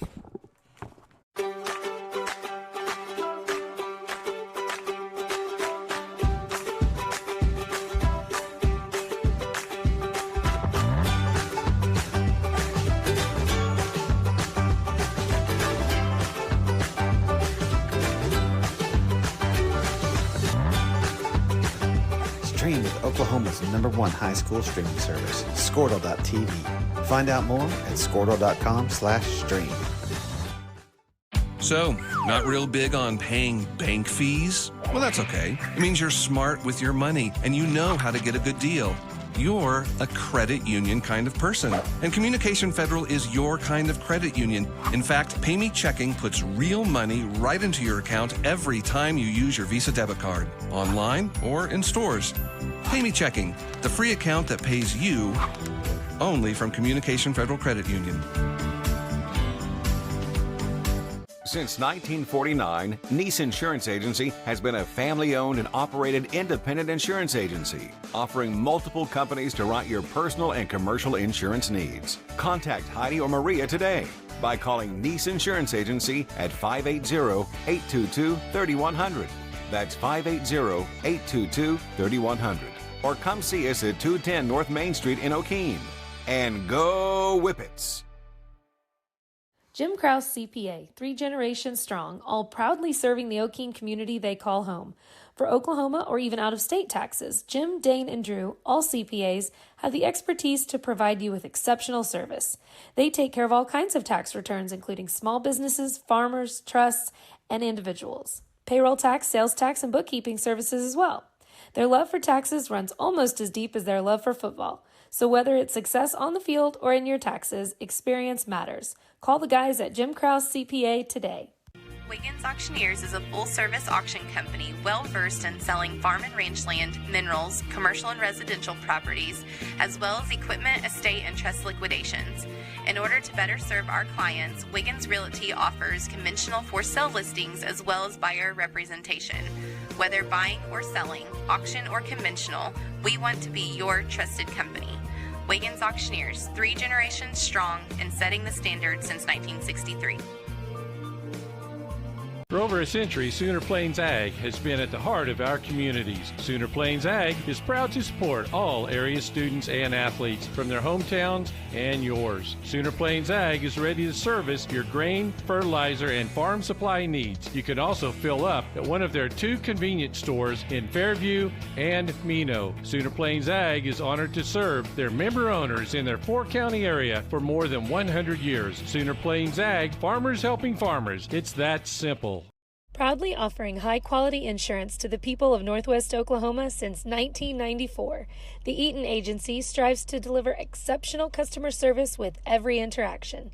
Your local State Farm agents, Jeff and Stephanie Eaton, in Enid and Alva, are ready to help you and your family get the personal price plan that's right for you. So call 580-237-3403 today for your free quote. This is Game Time. Neptune Game Time creates a high-energy game day atmosphere that your players and fans will love. Every song in our database is 100% lyric safe, which means you can stop screening music for good.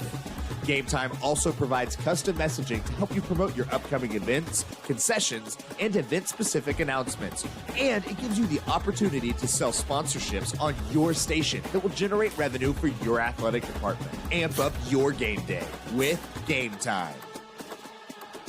The First National Bank in Okeene is a proud supporter of all Okeene Whippet students and athletes, and they wish the Whippets good luck this season. Like the Whippets, their customers will always score big with their services. Find out more about their online banking options at fnbokeene.com. You can visit them or call 822-3300 for more details. The Okeene Whippets and the First National Bank in Okeene are your teams that always give the extra effort for success. Equal Opportunity Lender, member FDIC. Dr. Devin Nightingale is your chiropractic choice in North Edmond with easy access from Cashion, Guthrie, Luther, and all the Oklahoma City surrounding areas. As a former college athlete, Dr. Nightingale understands the importance of a fully functioning body to gain that competitive edge. Also certified in prenatal and pediatric treatments, Dr. Nightingale sees all types of patients, ranging from 2 weeks old to 97 years old. We offer conservative treatments to get you back in the game, whether you're a weekend warrior or a professional athlete. So give us a call at 405-471-5565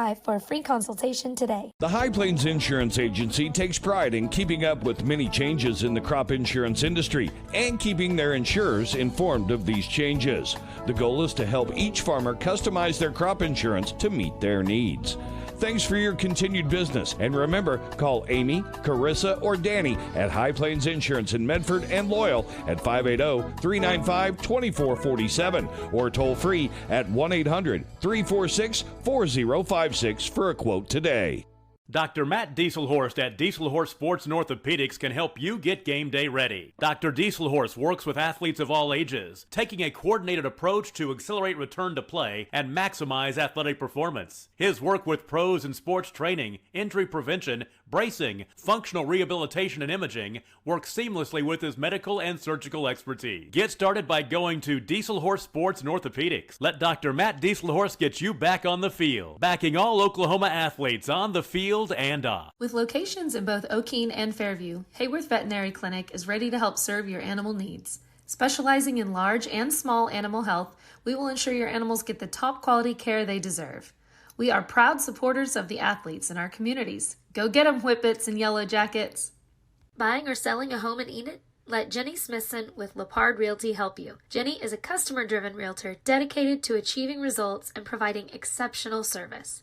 Her goal is to make your real estate transaction as pleasant an experience as possible, and that's why she's your realtor in the beginning and your friend in the end. Jenny wants to wish the Trojans good luck on their season and beat Thomas. Contact Jenny today at 580-747-6225 or visit lepardrealty.com for an easy buying and selling experience. Alva State Bank and Trust Company. Older than Oklahoma, big enough to serve you and small enough to know you. We've been around since 1901, proudly serving the communities of Northwest Oklahoma and Southern Kansas. We're making banking easy. Whether you're at home, in the office, or waiting for the next quarter to start, our online or mobile banking options help you to juggle busy schedules and financial needs. So stop by and see us at any of our locations in Alva, Burlington, Freedom, Enid, and Kiowa, Kansas. We plant roots where others have branches. Equal Housing Lender, member FDIC. Are you looking for a local, reliable propane provider? Earnhardt Oil and Propane has been serving customers throughout Oklahoma since 1971. Let them tailor a pricing option to fit your budget. Avoid winter price spikes with easy pay, steady, predictable monthly payments you can count on. Need more fuel options? They also offer bulk fuel delivery, DEF, lubricants, and supplies for your business, all at competitive prices. For reliability 3 generations strong, call Earnhardt Oil and Propane at 866-270-1279 or visit www.earnhardtpropane.com.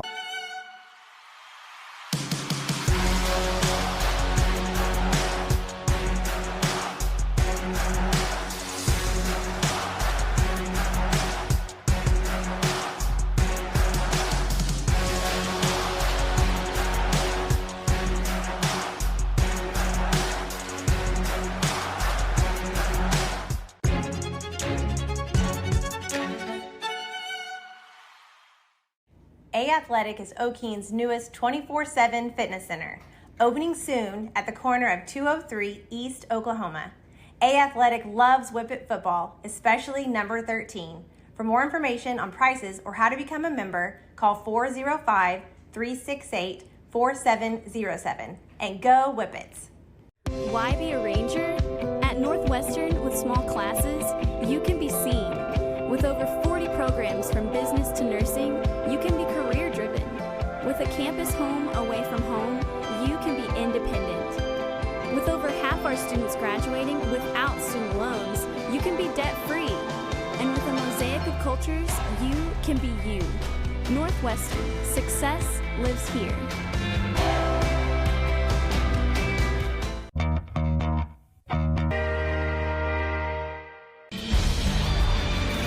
For more than 100 years, Oklahoma Career Tech has been training skilled and dedicated individuals, giving clear career paths to over 90,000 graduates a year. These individuals are the heartbeat of the Oklahoma workforce, serving thousands of companies, fueling this state's economy. Oklahoma is powered by Career Tech.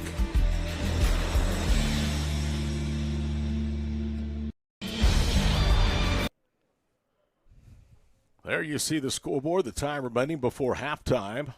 Just under 5 minutes, and both teams will soon be back out of the field. In fact, Yale already has come out of the warmth of their locker room here at Maxson Field in Cashion, where the Okeene Whippets have a 16-8 lead over the Bulldogs. First half scoring again, Jenkins a couple of touchdowns, one an 11, the other a 10-yard run. He's thrown for 2 two-point conversions. Cornelius Prather has run for a 10-yard score and thrown for a 2-point conversion. That's where we stand at the break, 16-8. Winner again of this game will take on the winner of Velma, Elma, and Drumright. That game is going on in Oklahoma City as we speak. They're about to reach the midway point. At last check, Velma, Elma with a 4-point lead over Drumright, 28-24. Now it's 36-24 Velma. 36-24, so the winner of that game will face the winner of this ball game. Earlier today, in the other half of the Class B football bracket, Regent Prep here at Cashion blew out OBA 70-50, a game that probably wasn't even as close as that final score would indicate. Sealing blows out Walika today 52-6. So it will be Regent Prep and Sealing next week in one semifinal matchup in Class B. I think that is going to be a very, very interesting matchup. Do you, Brian? Yeah, I do. I think it's going to be a lot of fun. I think Sealing, like I said, is kind of rolling and have been rolling all year long. But Regent, what they did last week against Dewar caught my eye. You know, I saw Regent when we had our passing league in the summer at Covington. They came to it, and so athletic, got a ton of guys that can run and catch and throw the football, but also their offensive defensive line is very underrated. And then, like I said, I'm anxious to see on this Velma Drumright outcome how it pans out. But I think Velma's a very athletic team, and Drumright's quarterback is an absolute stud. So there's some great teams still alive. There certainly are, and I think it's fair to say the winner of this game will face the winner of Velma or Drumright, and the winner of that game will be the favorite to win the contest in the semifinals and play for a state championship. That doesn't mean, though, they're going to win the ball game because both of these two teams are in uncharted territories for third-place teams out of their district already in the state quarterfinals.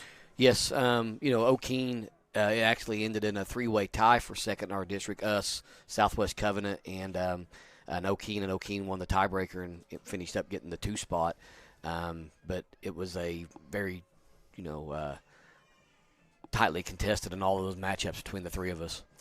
Okeene 9-3. Yale is 9-3. And at halftime, the Whippets over the Bulldogs in a game for the Dogs, 16-8. Second half coming up next after this final break here on Squirtle.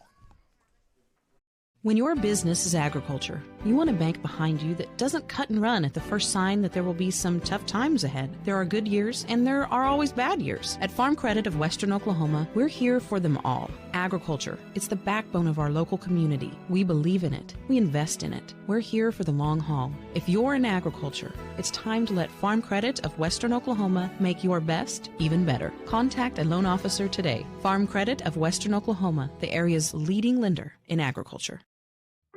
Anger, anxiety, worry, and disbelief, these are normal emotions to feel with an unplanned pregnancy. You have options, and you are not alone. Hope Pregnancy Center in Alva is a safe, confidential, and compassionate place to land. Hope offers free pregnancy testing and ultrasound, and you will be provided education for all your options. Remember, you aren't alone. We can help with hope.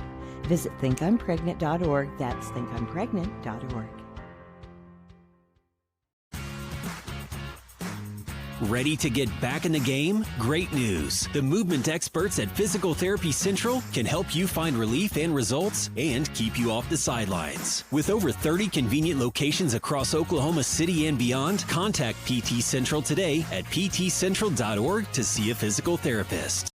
Jim and Carrie Lucky and Kirsten Harrelson with Lucky Drug, Wheatland Therapy Services, and Herod Drug are proud supporters of all Okeene and Canton athletics. If you or your athlete are sick or injured, we are here to help. A special shout out to number 57 and number 75. Go Blue! Let's keep the lights on, Whippets.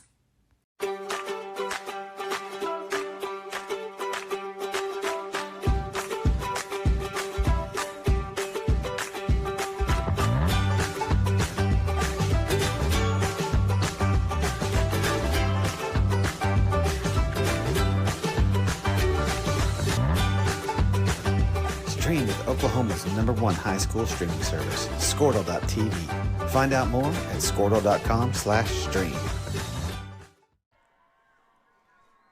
Both teams back out of the field here at Maxson Field in Cashion. Game 2 of a split 8-man quarterfinal doubleheader today. Earlier today, it was a track meet. Regent Prep 70, OBA 50, so the Trojan season ends in the quarterfinals. This has been a much different game, 16-8. And, Brian, I think it's going to be interesting to see which team can establish the run up the middle in the second half. The Whippets have had a lot of success around the end of the first two quarters with Brody Jenkins. And as we alluded to very late in the first half, really the only success that the Bulldogs had up the middle was a touchdown run from Sean Lozier that was actually called back because of a hold. Well, this will be a big drive, and it'll tell us a lot here on this opening drive. Yale gets the football down 8.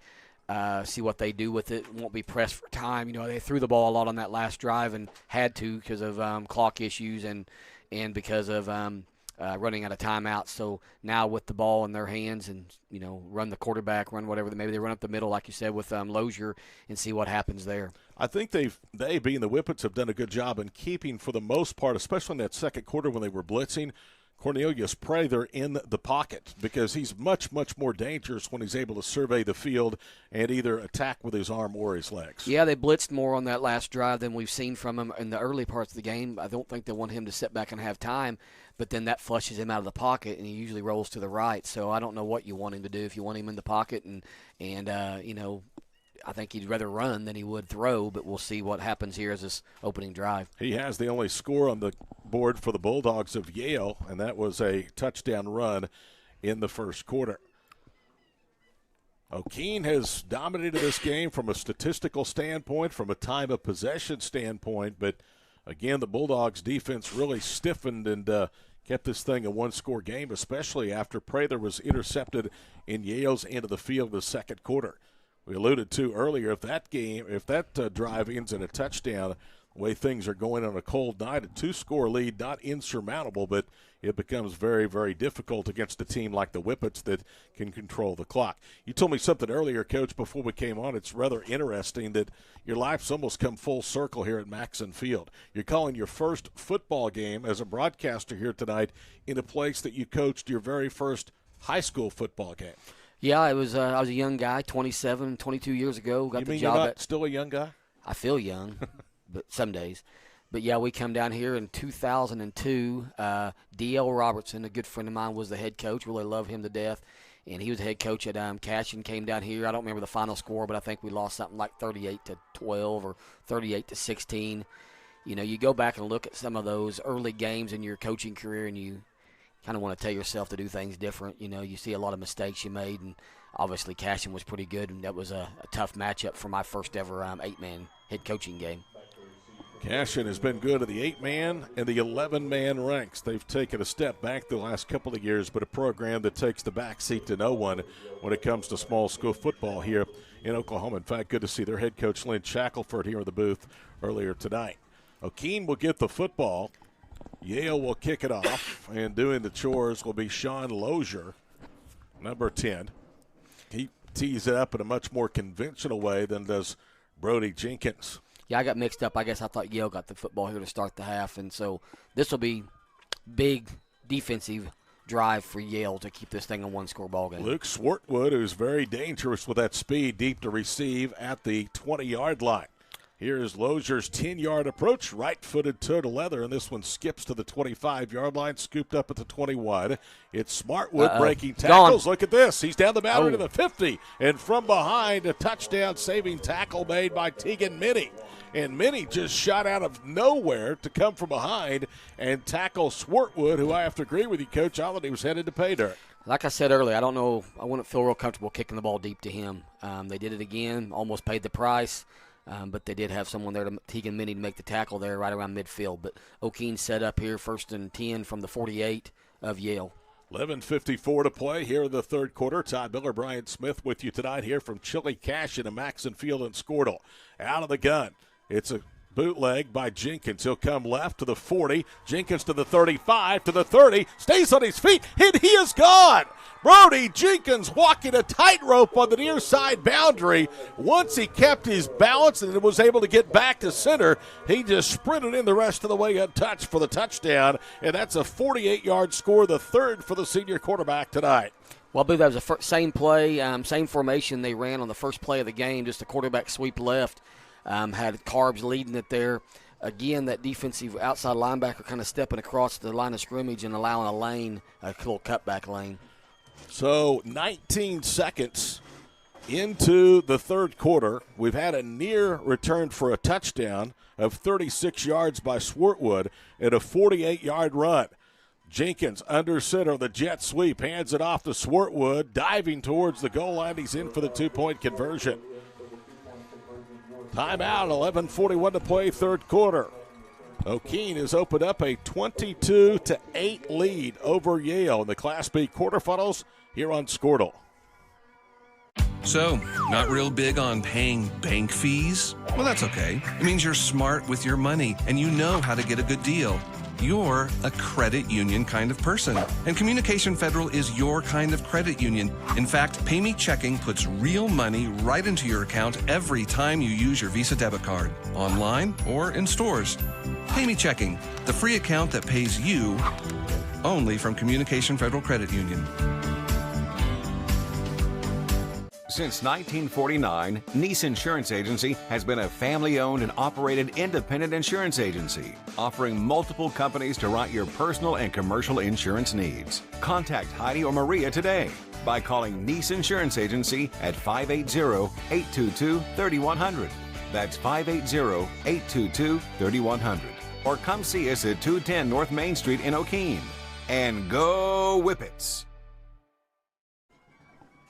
One play, 8 points, 22-8. Whippets over the Bulldogs. Biggest lead for either side tonight.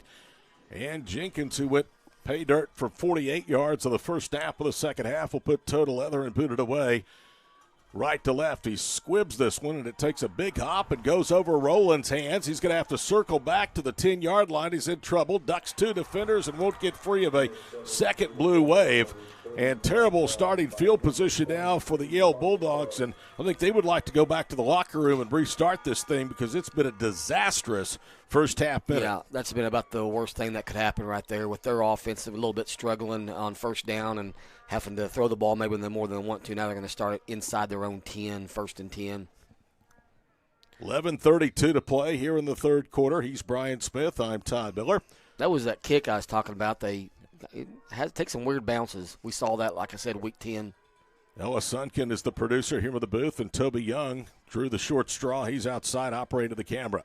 First down and 10. Cornelius Prather to run. Spins away from a defender. Now he's got a little bit of a seam as he is out to the 13-yard line.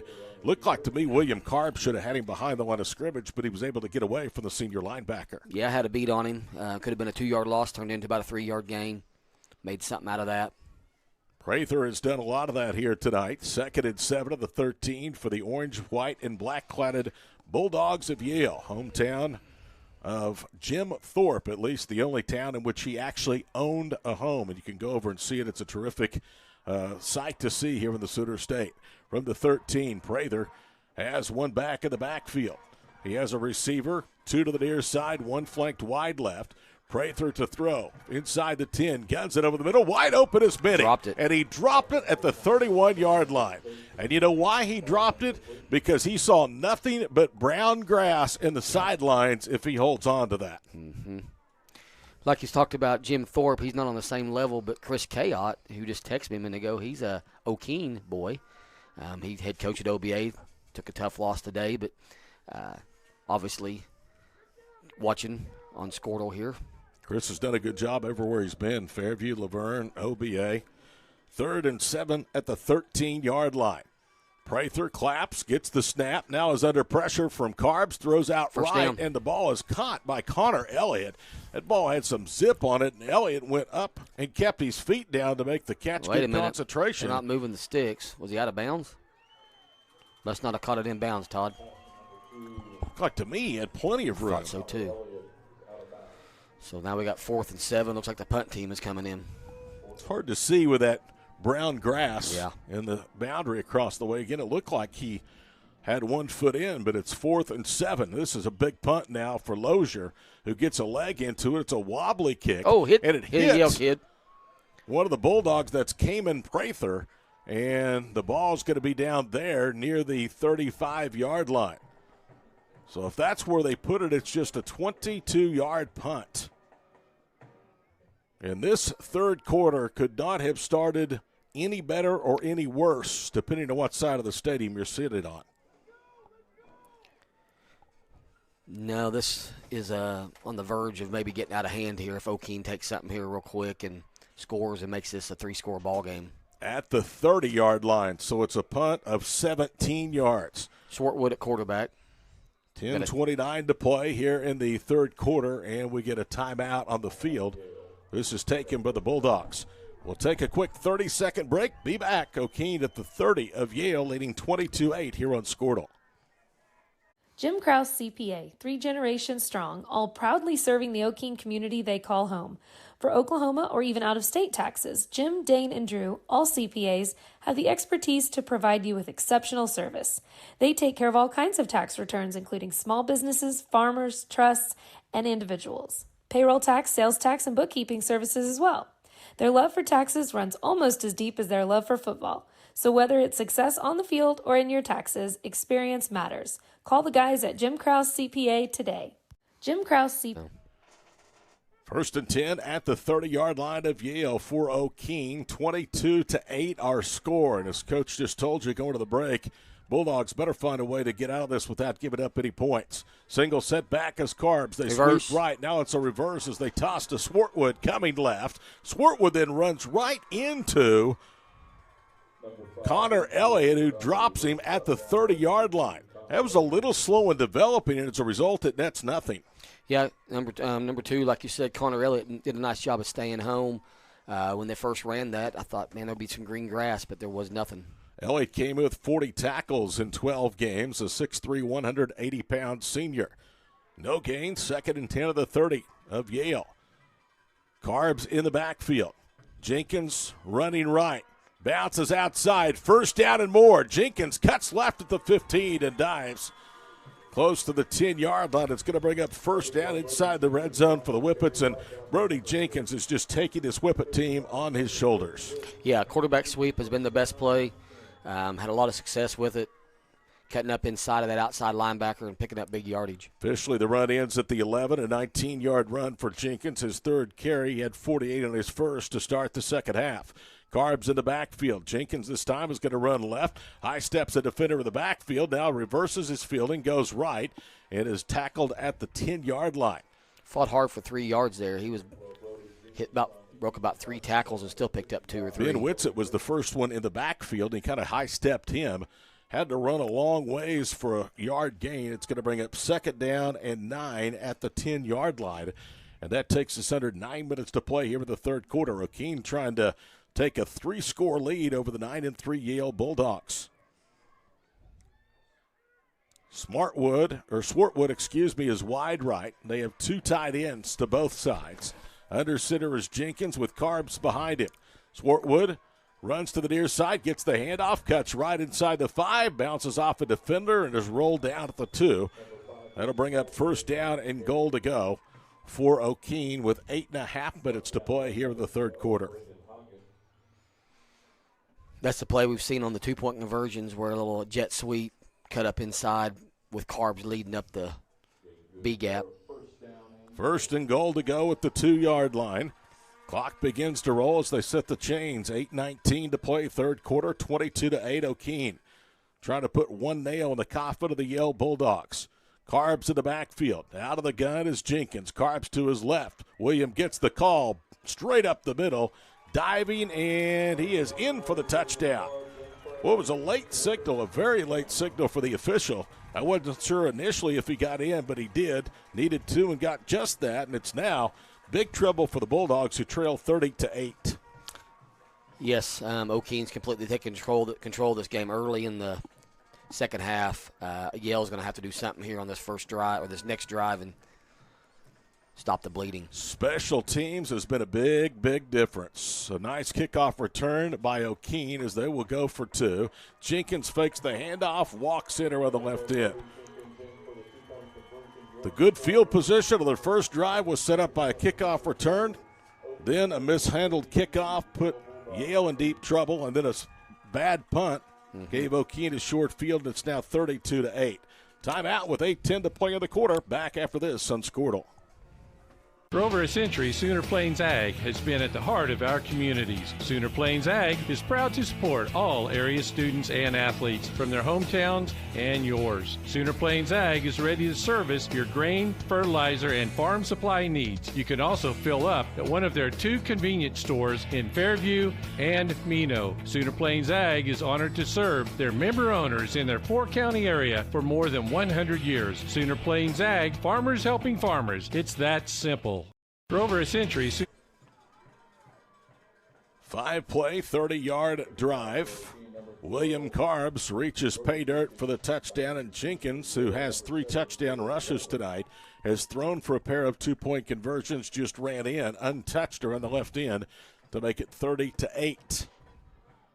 And Jenkins, who's done everything tonight, perhaps even drove the bus from Okeene, will put the ball on the tee and kick it away. Jaden Rowland mishandled a high bouncer off that unique kick that Jenkins does every time. He lays the football flat on his belly with the nose towards him, and he bounces it again up the middle. This time Rowland will return it cleanly. Rowland is outside Fumble. To the Ball's on the 29-yard ground. line. And bounce right back up in his hands, it looked like. Bounce back up to Rowland, who's going to be tackled just shy of the 30-yard line. After that last score in between, while I was at commercial break, just looking at the body language of Yale, they need to do something here, get some positive vibes going back their way. 8:04 to play in the third quarter, and that break was the only break that they've had since halftime. That ball coming right back up to Jaden Rowland. Let's see if Prather tries to take this game in his hands with his legs. Down 3 scores now, largest deficit of the night for either side. Line of scrimmage at the 29-yard line. Back to throw Prather. Now he pulls it down. He's going to run. Bounces right, 30, and is run down at the 32, maybe the 33-yard line by Brody Jenkins. They give him up to the 34, so that's a gain of 5.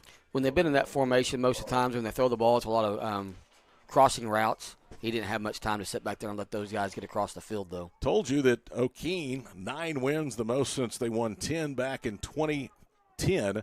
And it's their first winning record in 9 years since 2014. Last year, the Whippets went 4-6. I'll ask Coach Smith what has changed after the 2nd and 5 play at the 34-yard line. Under 8 minutes to go, third quarter, 30-8 in favor of the Whippets. 3-man defensive front. They hand it off to Lozier, running left, gets out of one tackle and probably should have just gone down because William Carbs just buried him. And now Lozier is slow to get up. Man, did he take a shot. And Lozier looks a little bit woozy as he's walking off the field in his own power. Okay, Brian, what has changed with the exception of a couple of key guys that one is healthy, the other has moved in? Well, those are the first two things I was going to say. You get Swartwood from Canton, comes over and instantly makes them a lot more athletic. And then Brody Jenkins, who missed all of last year with the collarbone injury. And then I think Tanner Allen coming in with maybe just a different culture and bringing just some different things he's doing. But I think you add all those three together and you have some instant success. Third down along fourth, the 35-yard line for Yale. One of the back receivers split both ways. Cornelius Prather to throw, dancing, back it up, looking for some help. He's going to take off. He has the first down at the 40, cuts right 42, tries to get to the 44, and I think he did before he's gang tackled by a bunch of blue and white cladded Whippets. That run goes for 9 on 3rd and 4, and a huge conversion right there for the Yale Bulldogs. It is a huge conversion. Just one thing I'm noticing is everything Yale is getting, they're having to work extremely hard to get. Nothing is really coming easy. They're having to scramble to pick up 9. Nothing looks super easy anyway. Already halfway through the third quarter, Yale needs points here. They're in deep trouble, down 30-8. 2 touchdown drives orchestrated by Brody Jenkins to start the second half. Cornelius Prather out of the gun. His brother is in the backfield, Kamen. They fake the handoff. Prather rolling right, being strung out. Now he's going to go ahead and decide to run, and he is drugged down by the hips and tackled at about the 47-yard line. Kyle Lewis was there for the Whippets. Along with about 3 or 4 others, too. I mean, they are swarming to the football right now. I'm sure you do it with your kids. Like, when I stop this tape, I want to have a bunch of helmets in the picture. And we've seen a lot of that tonight. Hats to the ball. That's something everybody preaches. And your defense is getting hats to the ball. Good things happen. Fumbles happen. You get the recovery. 2nd and 6, Yale at the 48-yard line, moving from west to east, left to right. Prather throws it out left. Nice the ball was high, but Jalen Broden makes the catch, and he's tackled at midfield, a gain of just 2. And that'll bring up 3rd down and 4. Jaden Rowland came in freshman with, 8 catches, and he's now at 100 yards on his freshman season. Yeah, good-looking freshman. Got some good speed, good hands. Ball just rested inside Okeene territory. You can see it there on your screen. 4:49 in Canada play, third quarter, 30-8 Okeene, looking for their 10th win of the season. 2 receivers split short left. Prather will keep it running left. Prather dives and then is finally wrestled down inside the 45 at the 44-yard line. It looked like he was going to dive down, and then they tried to grab him, and he spun out of contact and was able to stay alive for the first down. Carbs again on the tackle, but does pick up the first down. Going to have 1st and 10 at the 44. Tough kid, 6-yard run for Cornelius Prather, who came in with 172 carries, 1,114 yards. Again, passing and rushing touchdowns, 37 combined. Tonight he's run for 1 score, yet to throw for what? From the 44 of Okeene. He fakes the handoff, now throws it out left, and the ball is caught behind the line of scrimmage. That's his brother, Kamen Prather, and he gets to the 39-yard line. They try to screen, and that play was slow developing. They managed 5, though, and it's 2nd down. Yeah, Cameron Prather made a nice cut after the catch, able to pick up 5 yards. This ball, though, this possession taking a lot of time. It's already 5 minutes in duration. 3:55 to play here in the third quarter. Along with Covington Douglas head coach Brian Smith, I'm Todd Miller and the rest of the Squirtle crew here in Cashion. From the 39-yard line, it's 2nd down and 5. Prather to throw. Here comes the pressure, and he's blitzed and sacked by Brody Jenkins. He hit him from the blind side, and Cornelius Prather is slow to get up. In fact, he tried to get up, and now he's rushed on his back. He took a monster hit on a corner blitz from Brody Jenkins to the blind side. You don't see a lot of corner blitzes in 8-man football, but that was well-timed and caught them off guard, and, boy, he came untouched and unseen. Loss of 7 brings up 3rd down and 12, and now the issue becomes the health of your quarterback, Cornelius Prather. So who's going to play? He's off the field right now, I believe. Maybe not. Yeah, number 7 at quarterback. That's Jaden Rowland. He was listed as their backup on the 2-deep. He's just thrown 6 passes this year for 69 yards. One of those completions, 1 of 3 for a touchdown. They need to get inside the 35 to the 34. It's 3rd down and long. Rowland rolling right, throws near side, incomplete. Connor Elliott was there, also Poole in the vicinity, and that ball was not very well thrown. Cold hands, hadn't taken a snap tonight, and now it's 4th down and long. Prather is still standing over there on the sidelines next to the head coach for Yale. And now I think he's going to start to come into the game. He does. On 4th down and 12 of the 46, in all likelihood, this is your ball game. Down 30-8, although we have 3 minutes remaining here in the 3rd quarter. The Bulldogs have not had much success tonight at all, slowing down the Whippet offense. Cornelius Prather set out one play after being hit from the blind side by Brody Jenkins. His brother Cayman Prather in the backfield. 1 receiver left, 2 to the near side. Back to throw. Cornelius throws off of his back foot. Ball is up for grabs and intercepted on the 26. Return to the 30, down the numbers to midfield. On the interception is Briar Roberts. There's going to be a flag. And there's going to be a late flag come in for a late hit. I don't know if they threw it, but. Yeah, they did. It's arrested at the 34-yard line. Okay. So the return ends at the 42-yard line, but they're going to get 15 more onto that, and that was a frustration hit on the part of the Bulldogs. Yeah, he's well out of bounds.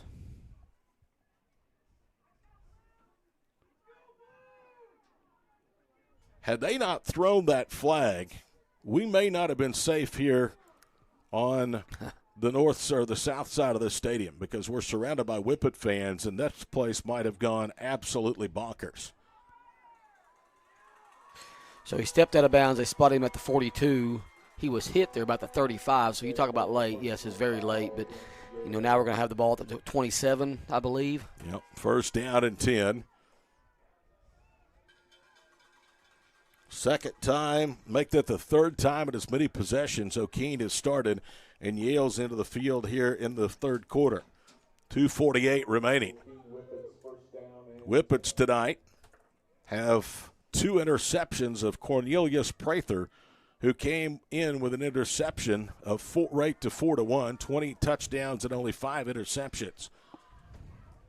From the 27-yard line, Brody Jenkins leads the offense to the line of scrimmage. Harley Carbs is the tight end lined up left. Single receiver is Swartwood, flanked to the press box side as well. William Carbs, the senior brother of Harley, is in the backfield. Swartwood on a jet sweep gets the handoff, and he is tackled shy of the 20 at the 21-yard line, a gain of 6. That play we've seen 1,000 times. Yale used to run, or not Yale, Laverne ran that for years, and like I said, they're leading the fullback out, kicking out on the outside linebacker, and then running Swartwood up inside.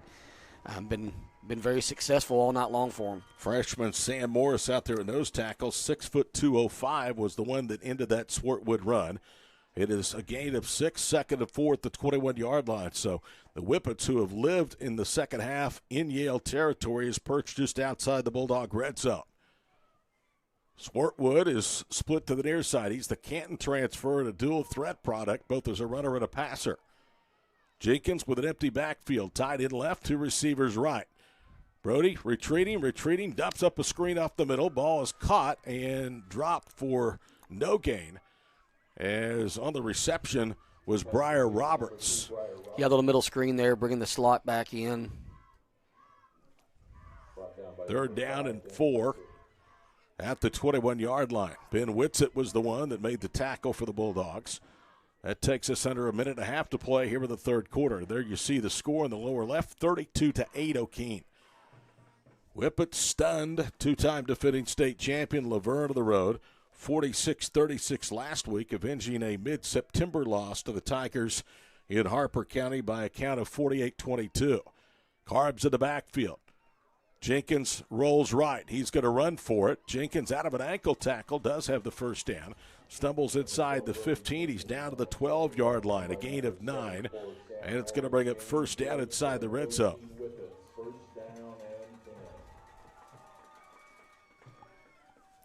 They officially put it down at the 11, so 10 more yards for Jenkins, who is over 100 yards rushing tonight for Okeene. Briar Roberts brings the play in for the near side. He's 5'9", 140 and a senior. Swartwood is wide right. Roberts is split left. Told you that Jenkins last year missed all of the season with a broken collarbone.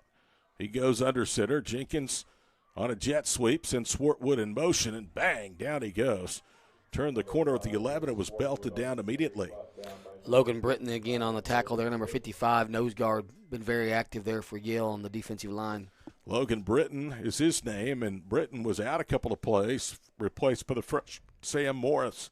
Second down and 10 to the 11-yard line. Right now, points are not of the essence for the Whippets. It's more about the clock. And they do not have to snap it again if they so choose. There's 17 to snap. 12 seconds to play here in the third quarter. Looks like they may. Carbs offset to the left of Jenkins in the backfield with twins to the near side. The snap is high. Jenkins gets it, cuts inside, gets to the 10 and no further, and that'll do it. 12 minutes remain to this Class B quarterfinal game tonight from Cashin, and it's all Whippets, 32-8, Okeene over Yale, as we head to the fourth after we return here from Squirtle. Proudly offering high-quality insurance to the people of Northwest Oklahoma since 1994, the Eaton Agency strives to deliver exceptional customer service with every interaction. Your local State Farm agents, Jeff and Stephanie Eaton, in Enid and Alva, are ready to help you and your family get the personal price plan that's right for you. So call 580-237-3403 today for your free quote. This is Game Time. Neptune Game Time creates a high-energy game day atmosphere that your players and fans will love. Every song in our database is 100% lyric safe, which means you can stop screening music for good. Game Time also provides custom messaging to help you promote your upcoming events, concessions, and event-specific announcements. And it gives you the opportunity to sell sponsorships on your station that will generate revenue for your athletic department. Amp up your game day with Game Time. Poor Toby Young, he cracks the door open, walks inside, gets about 30 seconds to a minute of heat, and back outside he goes. Happy to provide you the pictures tonight of this Class B quarterfinal matchup from Cashin. It's going to be 3rd and 10 for the Whippet offense at the 11-yard line. Winner of this will get the winner of Drumright Velma-Elma. That game has started the second half with Velma-Elma leading Drumright 36-24. They're in the second half. Ryan upsetting Timberlake tonight 34-18 in Class C.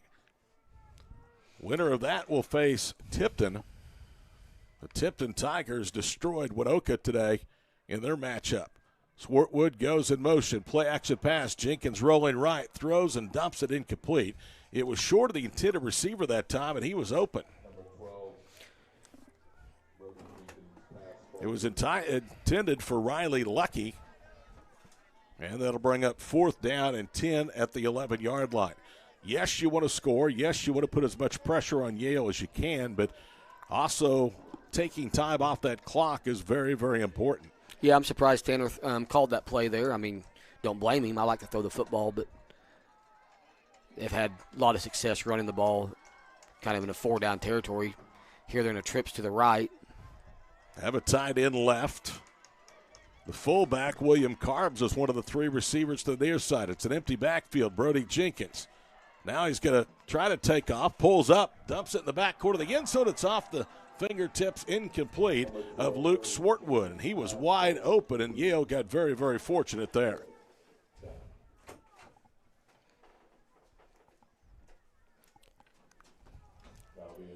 So the good news is, if you're a Yale fan, it's still 32-8, and you have the football. The bad news is you're going to start at your own 11. Yeah, and by 1 yard, this is not the worst starting field position of the second half for the Bulldogs.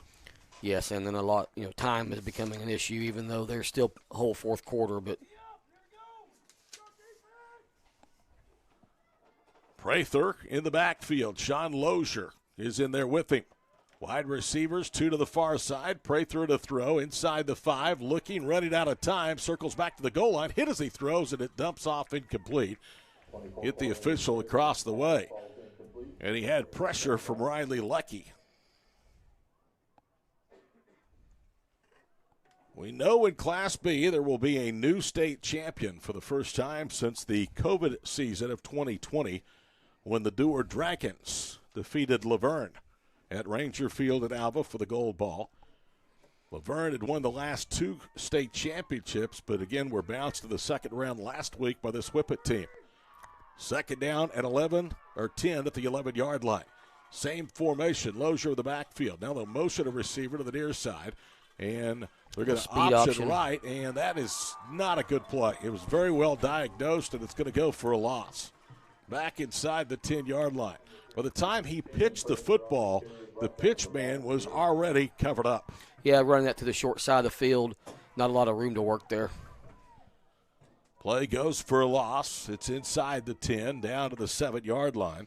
So it's 3rd down and 14. And the Whippets right now with 11 minutes to play and leading 32-8, Brian, can just have fun playing defense. Yeah, I mean, again, you got them behind the sticks and also time becoming a problem now. 3 receivers flanked to the left side of the line of scrimmage. That's our side. With Prather in an empty backfield and 3rd down and long. Guns it over the middle. The ball caught. I'm not sure that was the intended receiver. 50, down the boundary to the 40, to the 30, and that's Connor Elliott who's off to the races for the touchdown. Well, that guy can run a little bit, number 2, Connor Elliott. First of all, I don't know if that was the intended receiver. There's 2 guys in the area, and one of them kind of reached for it, and it fell in number 2's lap, but they'll take it. Well, that is the second longest play from scrimmage this season for Yale. Braden Hodgett had a 95-yard touchdown run earlier this year. That one goes for 93. And Connor Elliott, the senior whose career was banking on a score there, turned on the afterburners after he caught the ball on a slant over the middle. Once he got to the outside, it was a foot race that Okeene was not going to win. Here's the try for 2 with Cornelius Prather. 3 receivers right. He throws at the goal line. It's caught, but a flag is down. Tegan Minnie was the one that caught the 2-point try. I think they're going to get a hold there. So Prather has a touchdown pass, number 21 of the season. And this will be the second score of the night against the Bulldogs that's going to be erased because of a hold. Personal foul. Nope. Hands to the face against Okeene, so the 2-point conversion is good. They'll tack it off on the kickoff. 10:53 to play. New score, Okeene 32, Yale 16 here on Squirtle. The First National Bank in Okeene is a proud supporter of all Okeene Whippet students and athletes, and they wish the Whippets good luck this season. Like the Whippets, their customers will always score big with their services. Find out more about their online banking options at fnbokeene.com. You can visit them or call 822-3300 for more details. The Okeene Whippets and the First National Bank in Okeene are your teams that always give the extra effort for success. Equal Opportunity Lender, member FDIC. Dr. Devin Nightingale is your chiropractic choice in North Edmond with easy access from Cashion, Guthrie, Luther, and all the Oklahoma City surrounding areas. As a former college athlete, Dr. Nightingale understands the importance of a fully functioning body to gain that competitive edge. Also certified in prenatal and pediatric treatments, Dr. Nightingale sees all types of patients, ranging from 2 weeks old to 97 years old. We offer conservative treatments to get you back in the game, whether you're a weekend warrior or a professional athlete. So give us a call at 405-471-5565 for a free consultation today. Dr. Devin. Sean Lozier will kick off for Yale, and after the personal foul is assessed, he'll kick off from the Whippet 45, and they try to onside it. The ball is juggled but fallen on at the 35-yard line by Riley Lucky. Are you surprised they tried the onside kick there, Coach? Not really. Trying to get field position? Well, not really. With the 15-yard penalty, they kicked off from the 45. That's probably a good time to do it, but I could see them trying to pin them back deep too. Then again, to do that, you got to take your chances with Swartwood. 10:52 to play in the ball game and in one of these two teams' season. Right now, it's Yale that's on the short end of the scoreboard, 32-16. Big drive here, both offensively for Okeene and defensively for Yale. Yale needs to stop. Okeene needs to keep the football away from Yale. Richard Butler, Tanner Allen, both first-year coaches, did a great job. And on a keeper, a tackle for a loss as Jenkins is going to be dropped by Logan Britton. Yale changed their defense there. They're in a 4-1 look now. I don't know if they'll stay with that. They did on that play anyway. Loss of 1 to the 34 brings up second down and 11. Logan Britton tonight has at least 3 stops behind the line of scrimmage. He came in with 17 to lead all Yale Bulldog defenders in that category. Whippets are huddling up. Now they come to the line of scrimmage, as you can see, scrimmaging from the 34-yard line. Everybody in tight. It is a 4-man defensive front. They're going to hand off to Swartwood, running left. He's hit and spun down. Connor Elliott, who caught the touchdown pass a moment ago, came up from the secondary and made the play. Or correction, I think that was Ben Whitsitt. Yeah, number 5. Yeah, they went back to kind of it's almost like a 5-1, you could probably call that now. I mean, they've got everybody up there tight, and defense outside linebackers have moved in more to a defensive end look and putting some pressure there. I don't know what they're doing different, but kind of pinning their ears back these last 2 plays. Last 2 plays have resulted in -4 yards for the Whippets. They're back at the 32. 3rd and long. Okeene leading 32-16, 4th quarter. Back to throw is Jenkins. He dumps it over the middle. The ball incomplete. He had Briar Roberts open to the 43. It would have been short by a couple of yards of the first down, but he threw it to the wrong side of Briar. Well, big defensive stop there by Yale. Jenkins back to punt now for Okeene. Cornelius Prather will be back to receive the punt. He's backpedaling near the 35-yard line of the Bulldogs into the field. So a 3-play and out drive for the Whippets. I'll have to look back, but I think that might be their first of the night. Comes with 9.5 minutes to play in the ball game. Snap back, and Jenkins gets a leg into it. It's a good kick. Prather is going to let it hit at the 37. Now it doesn't take a Whippet roll as it rolls left and laterally and is down to the 37. Officially at the 36 is where they will put it down. And that indeed is the first 3-and-out series tonight forced by Yale. There's still plenty of time, and in a game that is very wide open like 8-man football, 9:21 can be. There's plenty of time. Yeah, there's an eternity. Yale does something here on this drive. It's going to get real interesting. Now the 2-point conversion is going to be big but we're way ahead. I'm talking way ahead of myself there. 3 receivers, wide right, empty backfield for Cornelius Prather from the 36.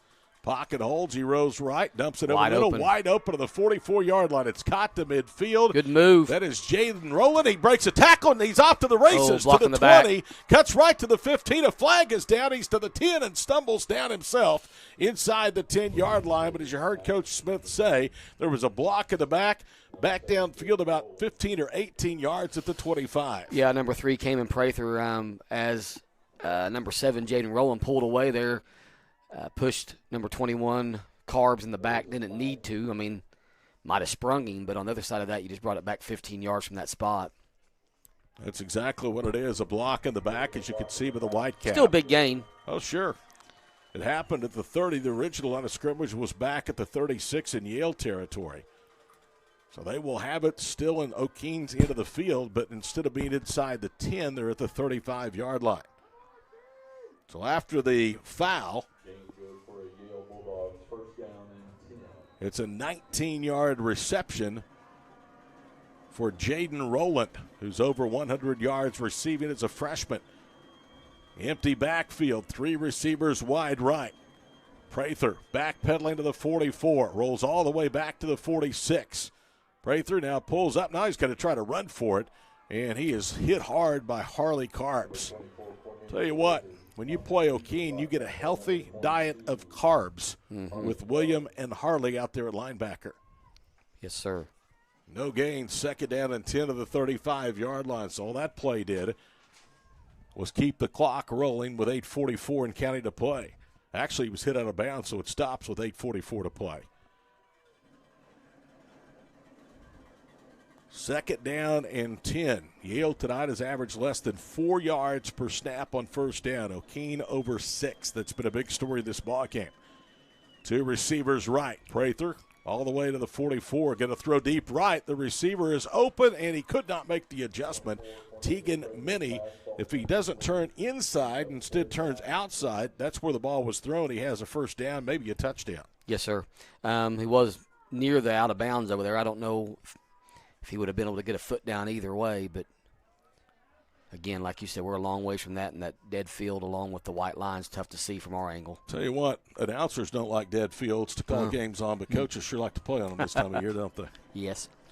First or third down and 10 to the 35, so they have 2 snaps to try to pick up the first down. With 8:37 to play, 32-16. Trips to the far side. That's the short side of the field. Prather dancing, retreating, back to the 45. Now he takes off, throws over the middle, and wide open again is Rowland. Rowland to the 20, tries to bounce out left, and is finally tackled by Luke Swartwood, who stood him up and tackled him and slammed to the field of the 20, but it's a gain of 15 and a third down conversion. I'm a big fan of this freshman. Number 7, Jaden Rowland, made a lot of plays. Been involved in this offense. He's going to be a good one for years to come. Line of scrimmage officially at the 21. You're a fan of him because you don't have to see him at least for 2 more years. That's right. At the 21-yard line, Yale perched outside the Okeene red zone. 8:05 and counting to play of the ball game. Yale trying to put together a furious comeback in the fourth quarter. 7's open. Prather dumps it over the middle. Kamen Prather makes the catch. He's inside the 10. Oh. Prather, boom, as he's hit at the 6-yard line. Briar Roberts with the hit, number 2. He stood him up and drove him back, but a first down catch and run brings up goal to go inside the 10-yard line. Or it might have been Swartwood. I get them 2 mixed up. Number 7, Jaden Rowland, was open on the wheel route to the top side over there, but so was Prather in the middle. 15 yards of the catch and run. It's goal to go at the 6-yard line. Trying to cut it down to a 1-score game with 7.5 minutes to play. Same formation, empty backfield. Cornelius Prather rolling right. Has all day long to survey the field. Now he takes off, gets away from Riley Lucky, and is hit hard inside the 5-yard line. Down to the 4. At times, I think Prather almost waits too long. Yeah. He dances around back there. No one's open, then takes off to the right generally. Second down and goal to go. Clock stops with 7:21 to play in the football game. Touchdown here makes it an 8-point game. A moment ago it was a 3-score lead for Okeene. It all started, though, with that touchdown reception of 93 Inside yards run here with number by 10. Connor Elliott. Lozier is in the backfield. They hand it off to him. He is hit at the 2 and keeps the legs churning. He's down just outside the goal line. It'll be third down and less than a yard. Good call right there. Well, they haven't seen that formation a lot. It's just twins right, but when they have the back in the backfield, they did that earlier, and that's the one he scored on earlier, and then it was called back for the hold. So 6:55 to play in the ball game. Third down and goal to go. The ball resting just outside the Whippet end zone. Let's see if they sneak Prather right here. Yeah, he goes under center, gets the exchange, and is in for the touchdown. Went behind Walker Whitsett, the left guard. Big conversion coming up here. 10-point game. Need to cut it to a 1-score game here with a 2-point conversion. 8 plays, the answer, and Okeene a chance to cut it to, as Brian just told you, an 8-point game after a moment ago trailing 32-8. Yeah, I didn't think we was headed in this direction. Started the fourth quarter. They is at the 7-yard line. Since they've gone with Julian Rowland tight end left and 3 receivers right, this has been a terrific formation for him. Yes, it has. Prather under pressure, the try for Buy 2. some time. You got a guy open in the middle of the field. Now cuts left, dives, and he stopped short of the goal line. Number 1, Tegan Minnie, was open there right out the goal line, right on the right side hash. He kind of just sat and found a soft spot, but that's a huge stop for Okeene's defense. It remains a 2-score game with time out of the field. 6:48 to play. It's 32-22. Whippets over the Bulldogs here on Squirtle. With locations in both Okeene and Fairview, Hayworth Veterinary Clinic is ready to help serve your animal needs. Specializing in large and small animal health, we will ensure your animals get the top quality care they deserve. We are proud supporters of the athletes in our communities. Go get 'em, Whippets and Yellow Jackets! Buying or selling a home in Enid?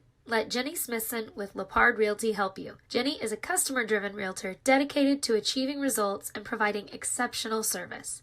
Her goal is to make your real estate transaction as pleasant an experience as possible, and that's why she's your realtor in the beginning and your friend in the end. Jenny wants to wish the Trojans good luck on their season and beat Thomas. Contact Jenny today at 580-747-6225 or visit lepardrealty.com for an easy buying and selling experience. As we come back out of the break, 32-22 Okeene, and the Whippets have everybody within 10 yards of the line of scrimmage. 5 up front, 3 back, as Lozier will put the ball on the 40-yard line and boot it away, squibs it to the near side, and it's going to be fallen on near the 44-yard line. William Woolley, number 11, a sophomore, was there on the good hands team, and it will be officially 1st and 10 to the 44-yard line. Boy, that failed two-point conversion, the first for either school tonight after a touchdown, looms very, very large with 6:47 to play. Yeah, you don't know how many more possessions you might get. Obviously, this series here is big, but you just don't know if Yale will get 2 more possessions. See if the Bulldogs stay in that 4-man front they went to force their first 3 and out of the last defensive series, and they do. Out of the gun is Brody Jenkins. He fakes the handoff to Carbs. He'll run right, 45, leaps over defenders at the 48 to midfield, and down he goes at the 43-yard line of the Bulldogs. Nice block here on the right side by number 5, Swartwood. First down and 10. A run of 13 for Brody Jenkins. And that'll give an opportunity to take at least 2, maybe 3 more minutes off the clock. 6:24 and counting to play. Yeah, Okeene's going to be in no hurry.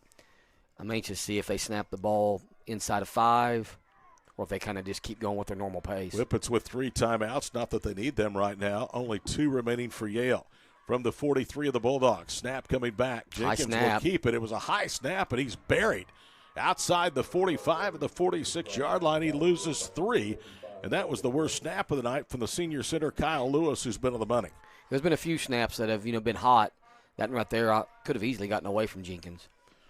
Update, Velma Elma, 44, Drumright 30. That's in the 4th quarter. Still in the 3rd, Ryan 34-26 over Timberlake. That's a Class C matchup. Tipton has already won, the defending state champions, 56-0 today over Winoka. That game was called at halftime. Here it's 32-22. Okeene over Yale, and we're under 5.5 minutes to play from Cashin. Now they'll go under center with Brody Jenkins. He starts Swartwood in motion, and Logan Britton just buried the center, pushed him back into the face of Brody Jenkins, and that's going to be an offsides call. Yeah, they're trying to time the snap a little bit. They're going to try to be a little aggressive here, trying to make some plays in the backfield, but just cost his team 5 yards there. Yep, negated the loss on first down. They end up essentially gaining 2 to the 41 after that first down snap. It's 2nd down at 8. Winding towards 5 minutes to play in the ball game. One of these two teams' magical run is going to come to an end here today at Maxson Field in Cashin on a very, very cold post-Thanksgiving Friday night. As Jenkins gets set to take the snap, they throw a flag across the way. Let's see what the call is if somebody was lined up off sides.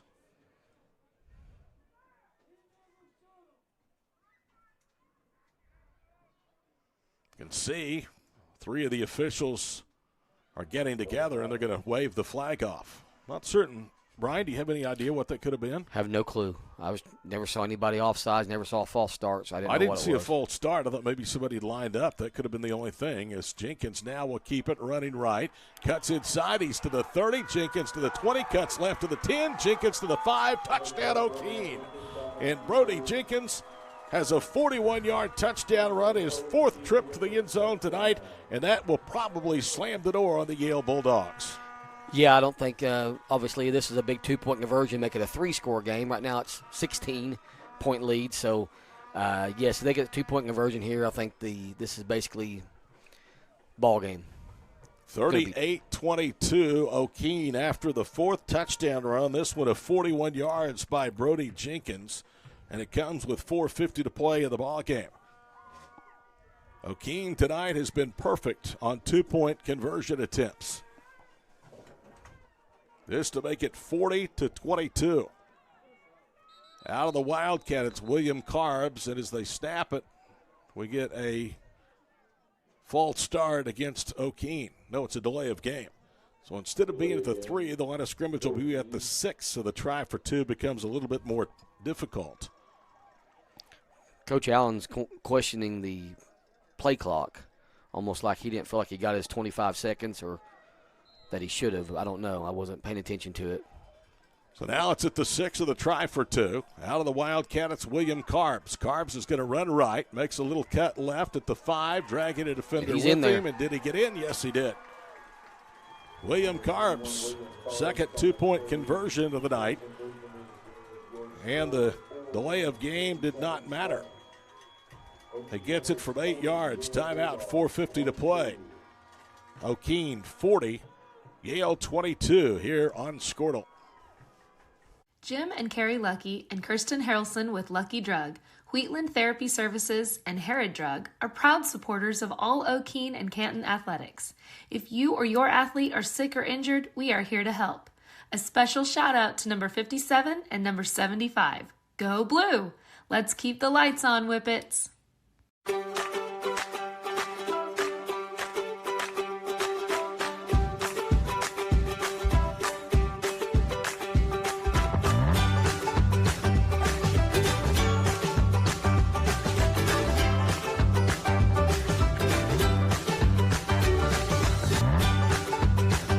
Stream with Oklahoma's #1 high school streaming service, Squirtle.tv. Find out more at Squirtle.com/stream. Todd Miller coming to Douglas High School head coach Brian Smith, Ellis Sunkin, and Toby Young, the crew with you on this post-Thanksgiving Friday night in Cashion. 3 plays, 56 yards. Jenkins with the 41-yard run. Now we'll put total leather and send a line drive kick to the near side. Rowland picks it up. Jaden inside the 20. Swings wide right. Gets up to the 25-yard line to look at the kick coverage. Yep, First down there was Luke Swartwood. Very good coverage. All the Whippets stayed in their lanes and nowhere for Rowland to run. 6-yard return to the 25-yard line. 1st and 10, and now you would think it's almost a passing situation every snap. Yeah, 4:43 to play, down 18. Backs against the wall here. Going to need to score quick, get it onside and pray. What an answer, though, by the Whippets after Yale had completely seized the momentum with that 93-yard Prather to Elliott touchdown pass. That came on the heels of a turnover on downs by the Whippet offense. Yes. It was reduced to 10 points with a chance to be 8. They turned away the conversion, and then 3 plays later, the game's all but over. Prather stands tall, throws out near side, receiver's pull. It's caught at the 40, and he's ridden down at the 43-yard line. Tackle made by William Carbs. Jesse Poole on the reception. Number 22, Jesse Poole, gain good for a Yale Bulldog. Gain of 18 to the 43. Clock will begin to roll as they set the chains momentarily. Tell you what, Prather has had receivers open quite a bit tonight, especially here in the second half. Tied in, lined up left. 3 receivers to the far side. Prather drops inside the 35. Here comes the pressure, and he's going to be sacked. They're able to get home with the pressure that time from Blaine Jenkins. Why not? Another Jenkins making a play for the Whippets. In there playing some nose guard, obviously to get a little bit more of a pass rush in there, and good athlete, young kid, freshman. Probably has a pretty bright future ahead of him. And his sack goes for minus 13 back to the 30-yard line. So it's 2nd and 23 as we're winding towards 4 minutes to play here in the ball game. And in all likelihood, the Yale Bulldogs season. Prather to throw, the senior. Looking right, moving right, throws on a slant over the middle. It's grabbed by Mitty, 50, and he's close to the first down as he's dump trucked down at the 47-yard line. Yeah, he didn't get a very good spot because really I don't think he was down until he flipped. But it's going to be 3rd and short. Needed 23, got 22 to the 47 of Okeene. So they'll snap it one more time with under 4 minutes to play here in the ball game. 40-22 Whippets. 3 receivers split short to the far side. Lined up to the Yale sideline. Prather back to throw again. retreating. Now he's going to take off and run for the first down. 45, outside right, 40. Still on his feet. Gets away from Harley Carbs, then is finally tackled at the 36-yard line. So he gets 11 there, and the drive remains alive. 3:30 to play, clock running. Give him 12 to the 35. 40-22, you see the score. The Whippets on top of the Bulldogs. You know, Yale, obviously clock's a problem. They're not seem like a big hurry here. No, they're not, with 2 timeouts. Here's Prather to throw. He's going to be flushed again. He's going to run left. He's to the 30, and he is hit at the 29-yard line. And there was a healthy diet of carbs, William and Harley on the stop. Yes, it was. Again, like I said, that play was over at 3:04. Let's see how long it takes them to get the play in. They huddling, quick huddle anyway. Gain of 5 in the scramble, second down and 5 with 2:40 and counting to play in the ball game. Prather, as the snap floats back from Logan Britton, throws out right, and they turn inside. A first down reception that time by Kamen Prather, and he breaks tackles again, stays on his feet. Prather's inside the 10, Kamen to the 5-yard line. Goodness gracious, they had him dead to right, and that will make coaches pull their hair out. If you have any hair left, missed tackles. You know, whenever he first caught that and he turned back inside, I thought maybe he made a mistake. He needed to get outside and use the sideline and get out of bounds, get what he can, but he was able to pick up a lot of extra yards on that. 24 yards and 18 of that coming after they had him dead to right of the far boundary. Prather to throw on 1st and goal to go. Backpedaling, now he's in trouble. Circles all the way back to the 20-yard line. Now he pump fakes, he pulls it down, and he's going to be tackled for a loss of 2 back to the 7-yard line. Clock running inside 2 minutes.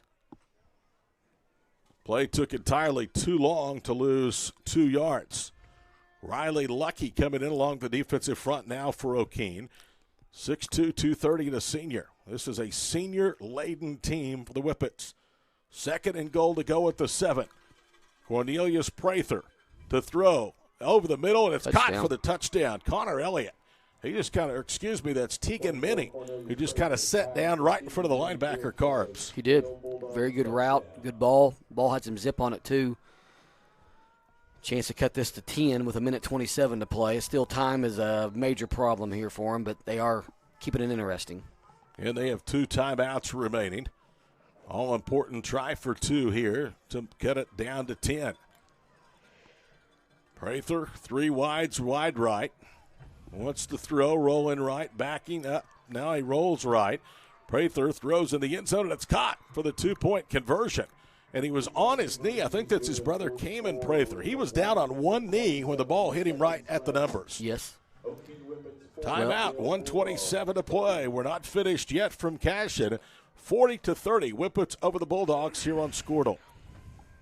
Since 1949, Nice Insurance Agency has been a family-owned and operated independent insurance agency, offering multiple companies to write your personal and commercial insurance needs. Contact Heidi or Maria today by calling Nice Insurance Agency at 580-822-3100. That's 580-822-3100. Or come see us at 210 North Main Street in Okeene. And go Whippets! Jim Krause CPA, 3 generations strong, all proudly serving the Okeene community they call home. For Oklahoma or even out-of-state taxes, Jim, Dane, and Drew, all CPAs, have the expertise to provide you with exceptional service. They take care of all kinds of tax returns, including small businesses, farmers, trusts, and individuals. Payroll tax, sales tax, and bookkeeping services as well. Their love for taxes runs almost as deep as their love for football. So whether it's success on the field or in your taxes, experience matters. Call the guys at Jim Krause CPA today. 8-play drive. There you see the kickoff coverage unit for the Bulldogs out there. Okeene anticipating another onside kick. Lozier to kick it away. Squibs it to the near side. That's not even going to go 10 yards. Yale needs to kill it. Huge hook as it turns backwards, and it's going to be down at the 38-yard line. I have never seen a kick like that do that. I did once this year. Really? Our kicker, who also my son, did that. That ball just, I think it was against Velma. Ball just went, kind of took a bad hop and came back, and I don't think it went negative, but it They got the ball about the 42. That ball stopped and then literally took a hard left and went back to the east. Yes, it did. And you're right, they just stood and looked at it. They could have touched that thing about 5 yards closer than they did. Well, Yale's got 2 timeouts. 1 first down is going to end this thing. Jenkins will go under center from the Bulldog 38-yard line. They hand it off in the backfield as that goes to Harley Carbs. Okeene just make sure they hold on the ball. 2 hands. Don't let that thing get stripped. Possession. Yale's not going to use a timeout. Lucas Reese makes the tackle for no gain at the 38. 2nd down and 10. 70 seconds and counting to play in the ball game.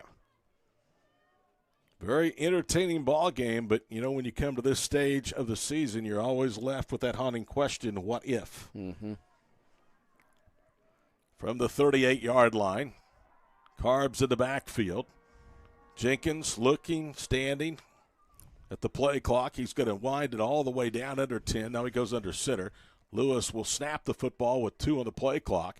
They fake a reverse. Now it's Jenkins that keeps it. He runs into Connor Elliott, who spins him down at the 29-yard line. That's going to be a gain of 9. It's going to bring up 3rd and a yard with 32 seconds to play. Yale did call timeout. Are you surprised they called a timeout after letting as much time go between the previous play? If you're going to call one now, you should have called one after the 1-yard gain. So,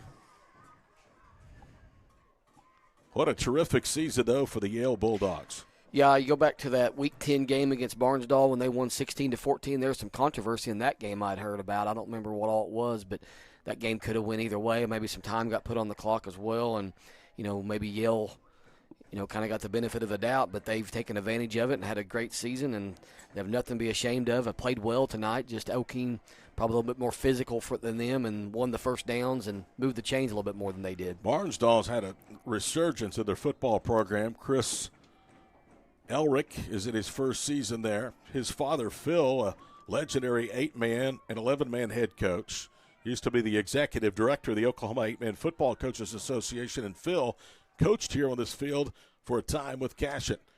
Could be the final play of the night as Jenkins keeps it and has the first down to the 27-yard line. With 25 seconds to play, the clock momentarily stops. They're still showing 4th down of the down marker, and Yale's going to spend their final timeout. I guess they didn't get the first down. I don't know that was a good spot because it clearly looked like he had enough with the line of scrimmage moving forward for the first down. So it's going to be 4th and inches, the ball between the 26 and 27-yard line.